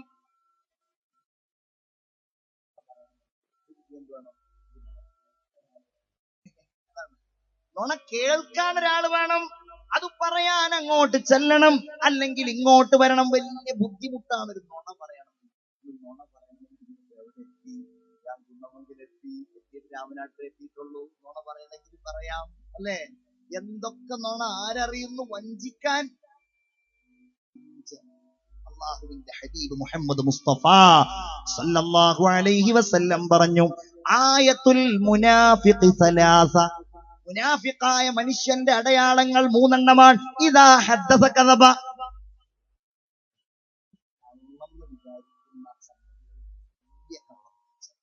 സംസാരിച്ചാൽ കളവേ പറയൂ. ഒന്ന് നോക്കണം നിങ്ങൾ, നിങ്ങളുടെ മൊബൈൽ ഫോണുകളുടെ കോൾ ഡ്യൂറേഷൻ എന്ന് പറഞ്ഞ ഒരു ഓപ്ഷൻ ഉണ്ട്. അതിൽ നോക്കിയാൽ നമ്മൾ തന്നെ അത്ഭുതപ്പെട്ടു പോകും. കാരണം ഞാനിപ്പോ അടുത്തൊരു ചെറുപ്പക്കാരന്റെ നോക്കിയപ്പോഴുണ്ട്, 500-ലേറെ മണിക്കൂറുകൾ അവൻ സംസാരിച്ചിരിക്കുകയാണ്. 500 ഹരിക്കണം 24. ഒന്ന് ആലോചിച്ച് നോക്കൂ. തുടർച്ചയായി സംസാരിക്കുകയാണെങ്കിൽ അത്രയും ദിവസം 240 മണിക്കൂറായാൽ 10 ദിവസമായി. അതിന്റെ ഇരട്ടിയായാൽ 20 ദിവസമായി. തുടർച്ചയായി നിന്ന് സംസാരിച്ചാൽ അത്രയും മണിക്കൂറുകൾ ഈ മൊബൈൽ ഫോൺ ഉപയോഗിച്ചു എന്നതല്ലേ അതിന്റെ തെളിവ്. അതിനും പുറമെ വാട്സപ്പുകള്, ഫേസ്ബുക്കുകള്. എന്റെ പ്രിയപ്പെട്ടവരെ, ഇതൊക്കെ നമ്മുടെ ജീവിതത്തിന്റെ ഭാഗമാണെങ്കിൽ അരുതേ, അതൊരിക്കലും ഭാഗമാകരുതേ. അതാ പറയാനുള്ളത്. അത് ഭാഗമാവരുത്. ഫേസ്ബുക്ക്, വാട്സപ്പ് ഒക്കെ. ഈ വാട്സപ്പ് എന്ന് പറഞ്ഞാൽ ഇത്ര തൊഴിൽ ചെയ്യുന്ന വാട്സപ്പിലുള്ള ഗ്രൂപ്പ് കണ്ടെത്തിയവനാണ്. നിങ്ങൾ പറയുന്നത് അതിലൂടെയാണ് സോഷ്യൽ മീഡിയ എന്നാണ്. ഞാന് ഞാൻ വാട്സപ്പ് ഉപയോഗിക്കുന്ന ആളാണ്. പക്ഷെ എന്നെ എല്ലാ ദിവസവും ഒരു 5-6 ഗ്രൂപ്പിലെങ്കിലും ആരെങ്കിലും ആഡ് ചെയ്യും. ചിലപ്പോ അവന്റെ കുടുംബ ഗ്രൂപ്പാവും, ചിലപ്പോൾ എന്റെ തറവാട് ഗ്രൂപ്പാവും, ചിലപ്പോൾ തറവാടിന്റെ ഇടയിൽ വേറെ വല്ല ഗ്രൂപ്പ് ഏതെങ്കിലും ഉണ്ടെന്ന്. ഗ്രൂപ്പുകളുടെ ഗ്രൂപ്പിന്റെ ഉള്ളിൽ ഗ്രൂപ്പാന്നാണല്ലോ. അങ്ങനെ ഗ്രൂപ്പുകൾ ഒരു മിനിറ്റ് ഒഴിവില്ല. നിസ്കാരം കഴിഞ്ഞ ഉടനെ പിന്നെ അസ്തഗ്ഫിറുല്ലാഹൽ അദീം എന്ന് പറയുന്നതിന്റെ മുമ്പ് വാട്സപ്പിൽ ആരെങ്കിലും വല്ല മെസ്സേജ് അവസാനിക്കുന്നു. നമ്മുടെ പ്രശ്നം അറിയോ? നമ്മുടെ ഖൽബിന്റെ ഉള്ളിൽ ഒരു ഹിമ്മത്ത്. അതാ പ്രശ്നം. ഇതൊന്നും അങ്ങോട്ട് മാറ്റി വെക്കണമെങ്കിൽ വേണം ഒരു ഹിമ്മത്ത്. അല്ലാഹു റബ്ബുൽ ഇസ്സത്തുമായി ബന്ധപ്പെട്ട ഒരു പേടി. ഞാൻ പറയട്ടെ, അല്ലാഹു റബ്ബുൽ ഇസ്സത്തിനോട് നമ്മൾ ഈ സമയമൊക്കെ തിരിച്ചാവശ്യപ്പെടില്ലേ? റബ്ബിർജിഊൻ. ഇളയറ്റിലുള്ളവരെ, നിങ്ങൾക്ക് പറയാൻ കഴിയോ, അല്ലാഹുവേ നിന്നോട് ഞാൻ സമയം ആവശ്യപ്പെടൂല എന്ന് പറയാൻ കഴിയില്ലല്ലോ. അല്ലാഹുവിനോട് ആവശ്യപ്പെടും, റബ്ബേ എനിക്കൊരൽപ്പം സമയം കൂടെ നീ തരുമോ? അങ്ങനെ തന്നാൽ ലഅല്ലി അഅമലു സ്വാലിഹൻ ഫീമാ തറക്ത്. അല്ലാഹുവേ ഞാൻ ചെയ്യാതെ ഉപേക്ഷിച്ചു പോയ അമലുകളെല്ലാം ഞാൻ ചെയ്തു കൊള്ളാം അല്ലാഹ്. തമ്പുരാനെ, അങ്ങനെ പറയേണ്ട ഒരു ഘട്ടം വന്നാൽ എന്താണ് മുഅ്മിനേ നമ്മൾ പറയേണ്ടി വരിക? റഹ്മാനായ റബ്ബ് നമുക്ക് കിതാബ് നൽകുന്ന സമയത്ത് ഈ മൊബൈൽ ഫോണിലൂടെ കണ്ടതും കേട്ടതും ചെയ്തതുമായ, നമ്മൾ മറന്നുപോയ, നമ്മൾ ഡിലീറ്റ് ചെയ്യുന്നതോടെ നമ്മൾ വിസ്മൃതിയിലായി കഴിഞ്ഞ ഈ മഹാപാതകങ്ങൾ നമ്മുടെ കിതാബുകളിൽ നിറച്ച് അല്ലാഹു നമ്മുടെ മുമ്പിൽ കൊണ്ടുവന്നാൽ, സൂറത്തുൽ ജാസിയ എന്ന ഒരധ്യായമുണ്ട്. അൽ ജാസിയ, മുട്ടുകുത്തി നിൽക്കുക എന്ന അതിന്റെ അർത്ഥം. വതറാ കുല്ല ഉമ്മത്തിൻ ജാസിയതം മിനൽ ഹൗൽ. മുട്ടുകുത്തി നിൽക്കുകയാണ്. അല്ലാഹുവേ, ഒരു രക്ഷയും എനിക്കില്ലല്ലോ, ഒരു മറുപടിയും എനിക്കില്ലല്ലോ എന്ന് പറയാൻ. അതുകൊണ്ട് മുഅ്മിനീങ്ങളെ, എല്ലാ തെറ്റുകളെയും ജീവിതത്തിൽ നിന്ന് അകറ്റുക, എല്ലാ തിന്മകൾക്കുമെതിരെ നമ്മുടെ ഹൃദയമുണ്ടാവുക. എന്തേ കാരണം എന്നറിയോ? നമ്മളൊക്കെ മരിച്ചു പോകാനുള്ളവരാണ്. തമൂതൂന കമാ തഈശൂൻ. വാട്സപ്പിലായി ജീവിച്ചാൽ, നിങ്ങൾ ഫേസ്ബുക്കിലായി ജീവിച്ചാൽ, നിങ്ങൾ മൊബൈലിലായി ജീവിച്ചാൽ, നിങ്ങൾ സിനിമയിലായി ജീവിച്ചാൽ, നിങ്ങൾ സീരിയയിലായി ജീവിച്ചാൽ, തമൂതൂന, നിങ്ങളുടെ മരണവും അങ്ങനെയായിരിക്കും. നിങ്ങളുടെ മരണം ബറക്കത്തില്ലാത്ത മരണമായിരിക്കും. നിങ്ങളുടെ മരണം റഹ്മത്തില്ലാത്ത മരണമായിരിക്കും. അല്ലാഹു നമ്മെ കാത്തു രക്ഷിക്കുമാറാവട്ടെ. ഇൻഷാ അല്ലാഹ് ഖബറിനുള്ളിൽ നിന്ന് പുറത്തേക്ക് വരുന്നത് എങ്ങനെയാണ്? വതുബ്അസൂന കമാ തമൂതൂൻ. ആ ദിവസം നമ്മളൊന്നോർക്കുക, ആ രംഗം നമ്മളൊന്നോർക്കുക. ഒരാളും സഹായിക്കാനില്ലാതെ ഇന്ന് നമുക്ക് കൈ അനക്കാൻ കഴിയുന്നുണ്ട്, കണ്ണ് തുറക്കാൻ കഴിയുന്നുണ്ട്, നമുക്കിന്ന് സംസാരിക്കാൻ കഴിയുന്നുണ്ട്, കാണാൻ കഴിയുന്നുണ്ട്, നോക്കാൻ കഴിയുന്നുണ്ട്. എന്നാൽ കണ്ണുകൾ മറ്റൊരാൾ അടച്ചു വരേണ്ട അവസ്ഥ, കാലുകൾ മറ്റൊരാൾ ചലിപ്പിക്കേണ്ട അവസ്ഥ. അങ്ങനെ ഒരു രക്ഷയുമില്ലാതെ നമ്മളെ ഓരോരുത്തരെയും മേറ്റിക്കൊണ്ടുപോയി ഖബറിന്റെ ഏകാന്തതയിൽ മണ്ണിലേക്ക് ചേർത്ത് വെക്കുന്ന ദിവസമുണ്ടല്ലോ. ആ ദിവസത്തിന് വേണ്ടി മുഅ്മിനേ നമ്മൾ തയ്യാറാവുക. ലോകത്ത് പലതും നടക്കും, കുഴപ്പങ്ങൾ നടക്കും, ദജ്ജാൽ വരെ നടക്കും, ദജ്ജാൽ വരാനുണ്ടല്ലോ. അതിന്റെ മുന്നോടിയായി ലോകത്ത് ഫിത്നകൾ നടക്കും, സത്യവിശ്വാസം പരിഹസിക്കപ്പെടും, ഈമാൻ പരിഹസിക്കപ്പെടും. ഇത് വലിയ റിസ്ക് ഉള്ള ഏർപ്പാടാണ്, വലിയ ബുദ്ധിമുട്ടുള്ള ഏർപ്പാടാണ്. പക്ഷേ ഞാനും നിങ്ങളും ഈമാനാകുന്ന വെളിച്ചം കൊണ്ട്, ഈമാനാകുന്ന പ്രകാശം കൊണ്ട്, അള്ളാഹുവിന്റെ ദീനാകുന്ന ശക്തി കൊണ്ട് നമ്മൾ ഉറച്ചു നിൽക്കണം മുഅ്മിനേ. നമ്മൾ അടിയുറച്ചു നിൽക്കണം. അള്ളാഹുവിന്റെ മുമ്പിൽ നമ്മൾ സഹായം തേടണം. റഹ്മാനായ റബ്ബ് നമുക്ക് ആ ഈമാൻ നൽകുമാറാകട്ടെ. ഖബറിന്റെ ഉള്ളിലുള്ള ഏകാന്തതയിലേക്ക്, മരണത്തിന്റെ സമയത്തുള്ള ഏകാന്തതയിലേക്ക്, മഹ്ശറിന്റെ സമയത്തുള്ള ഏകാന്തതയിലേക്ക് കൂട്ടാകാൻ അല്ലാഹു ഈ സദസ്സ് നമ്മെ സഹായിക്കുമാറാകട്ടെ. ആമീൻ യാ റബ്ബൽ ആലമീൻ. അല്ലാഹു നമ്മൾ പറഞ്ഞത് സ്വീകരിക്കുമാറാവട്ടെ, നമ്മൾ കേട്ടത് അല്ലാഹു തആല സ്വീകരിക്കുമാറാവട്ടെ. ഇൻഷാ അല്ലാഹ് മുഅ്മിനീങ്ങളെ, നിങ്ങളൊക്കെ ഒന്ന് സ്വതക്ക ചെയ്യാൻ തീരുമാനിച്ചു. റഹ്മാനായ റബ്ബ് എന്തൊക്കെ നിയ്യത്തോടെയാണോ ഈ മജ്ലിസിൽ നിന്ന് സ്വതക്ക ചെയ്യുന്നത്, അല്ലാഹു തആല ഖബൂൽ ചെയ്യുമാറാവട്ടെ. അല്ലാഹു തആല ബറക്കത്ത് നൽകുമാറാവട്ടെ. ആമീൻ യാ റബ്ബൽ ആലമീൻ. ഇൻഷാ അല്ലാഹ് നാളെയും മറ്റന്നാളും ആയിട്ടാണ് നിങ്ങളൊക്കെ ഇവിടെ കാര്യമായിട്ട് ഇൻഷാ അല്ലാഹ് കേരളത്തിൽ അറിയപ്പെടുന്ന രണ്ട് മഹാപ്രഭാഷകന്മാരാണ്, നൗഷാദ് ഉസ്താദും കബീർ ബാക്കറി ഉസ്താദും. അപ്പൊ അവര് ഒരുപാട് ഈ സമയം ഇവിടെ സംസാരിക്കുകയും ഇൻഷാ അല്ലാഹ് ആ സമയത്ത് നിങ്ങൾ 50,000, 1,00,000, 10,000, 25,000, 35,000 ഒക്കെ കൊടുത്തിട്ട് ഇൻഷാ അല്ലാഹ് നിങ്ങൾ സൈഡിലാണെങ്കിൽ ഞാൻ ഒരു 10 മിനിറ്റ് ദുആ ചെയ്യും. ദുആയിലൊക്കെ പോയാൽ പോരെ. ഇൻഷാ അല്ലാഹ് സമയം 12 മണിയായി, എന്നാലും ദുആയിൽ പരമാവധി പങ്കെടുക്കുക. ഇൻഷാ അല്ലാഹ് നിങ്ങളൊക്കെ സ്വതക്ക ചെയ്യണം. ഇന്നിപ്പോ ഞാൻ കാര്യമായിട്ടൊന്നും ചോദിക്കുന്നില്ല. എന്റെ അഭിമന്യനായ സ്നേഹധന്യനായ, ഞാൻ ദൂരെ നിന്ന് നോക്കിക്കണ്ട ബഹുമാന്യനായ ഇബ്രാഹിം സാഹിബിനോട് ഇരിക്കണം, പൈസ വാങ്ങി തരണമെന്നൊക്കെ പറഞ്ഞിട്ടുണ്ട്. ഇൻഷാ അല്ലാഹ് നിങ്ങൾ എന്താണോ ഇവിടെ ലക്ഷ്യം വെച്ചത്, നാളെയും മറ്റന്നാളുമായിട്ട് ആ സംഗതി ഇവിടെ നടക്കും എന്നുള്ള കാര്യത്തിൽ എനിക്ക് യാതൊരു സംശയമില്ലാത്തതുകൊണ്ട് ഞാൻ ഈ വൈകിയ വേളയിൽ വരുന്നില്ല. ഇവിടെ ഫാത്തിമ ഷെറിൻ എന്ന 7ാം ക്ലാസ് വിദ്യാർത്ഥി ഒരു സ്വർണ്ണ മോതിരം സ്വതക്ക ചെയ്തിട്ടുണ്ട്. സൽസ്വഭാവിയാകുന്നതിനും ഒഴിഞ്ഞു വർദ്ധിപ്പിക്കുന്നതിന് വേണ്ടി ദ്വാരക്കാനും, പേര് പറയപ്പെടാൻ ഇഷ്ടപ്പെടാത്ത സ്ത്രീ മരിച്ചുപോയ മാതാവിന്റെ പരലോകഗുണത്തിന് ഒരാൾ മണിക്കാതിൽ 1 സംഭാവന നൽകിയിട്ടുണ്ട്. ഈമാനിക്ക് മരിക്കാൻ, സുഖക്കേടുകൾ മാറാൻ, മരിച്ചുപോയവരുടെ കാര്യത്തിന് പ്രത്യേകം ദുആ ചെയ്യാൻ, ഒരാള് ഗൾഫിൽ പോയ മകന് ജോലി കിട്ടാൻ വേണ്ടിയിട്ട്, അതുപോലെ മരിച്ചുപോയ ഭർത്താവിന്റെ പരലോകഗുണത്തിന്, മരിച്ച ഭർത്താവിന്റെ പരലോകഗുണത്തിന് എനിക്ക് അഹമ്മദ് മാസ്റ്റർ ആയിഷ കുട്ടി സ്വതക്ക ചെയ്തിട്ടുണ്ട്. ഇൻഷാ അല്ലാഹ് റഹ്മാനായ റബ്ബ് എല്ലാം ഖബൂൽ ചെയ്യുമാറാകട്ടെ. ഒരു 3 സ്വലാത്ത് ചൊല്ലി നമുക്ക് വേണ്ടി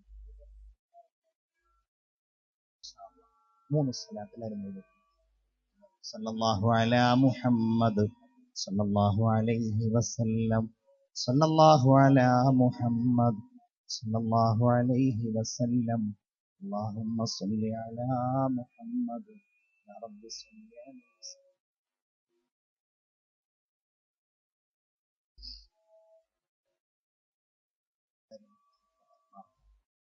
الحمد لله رب العالمين حمدا يوافي نعمه ويكافئ مزيده.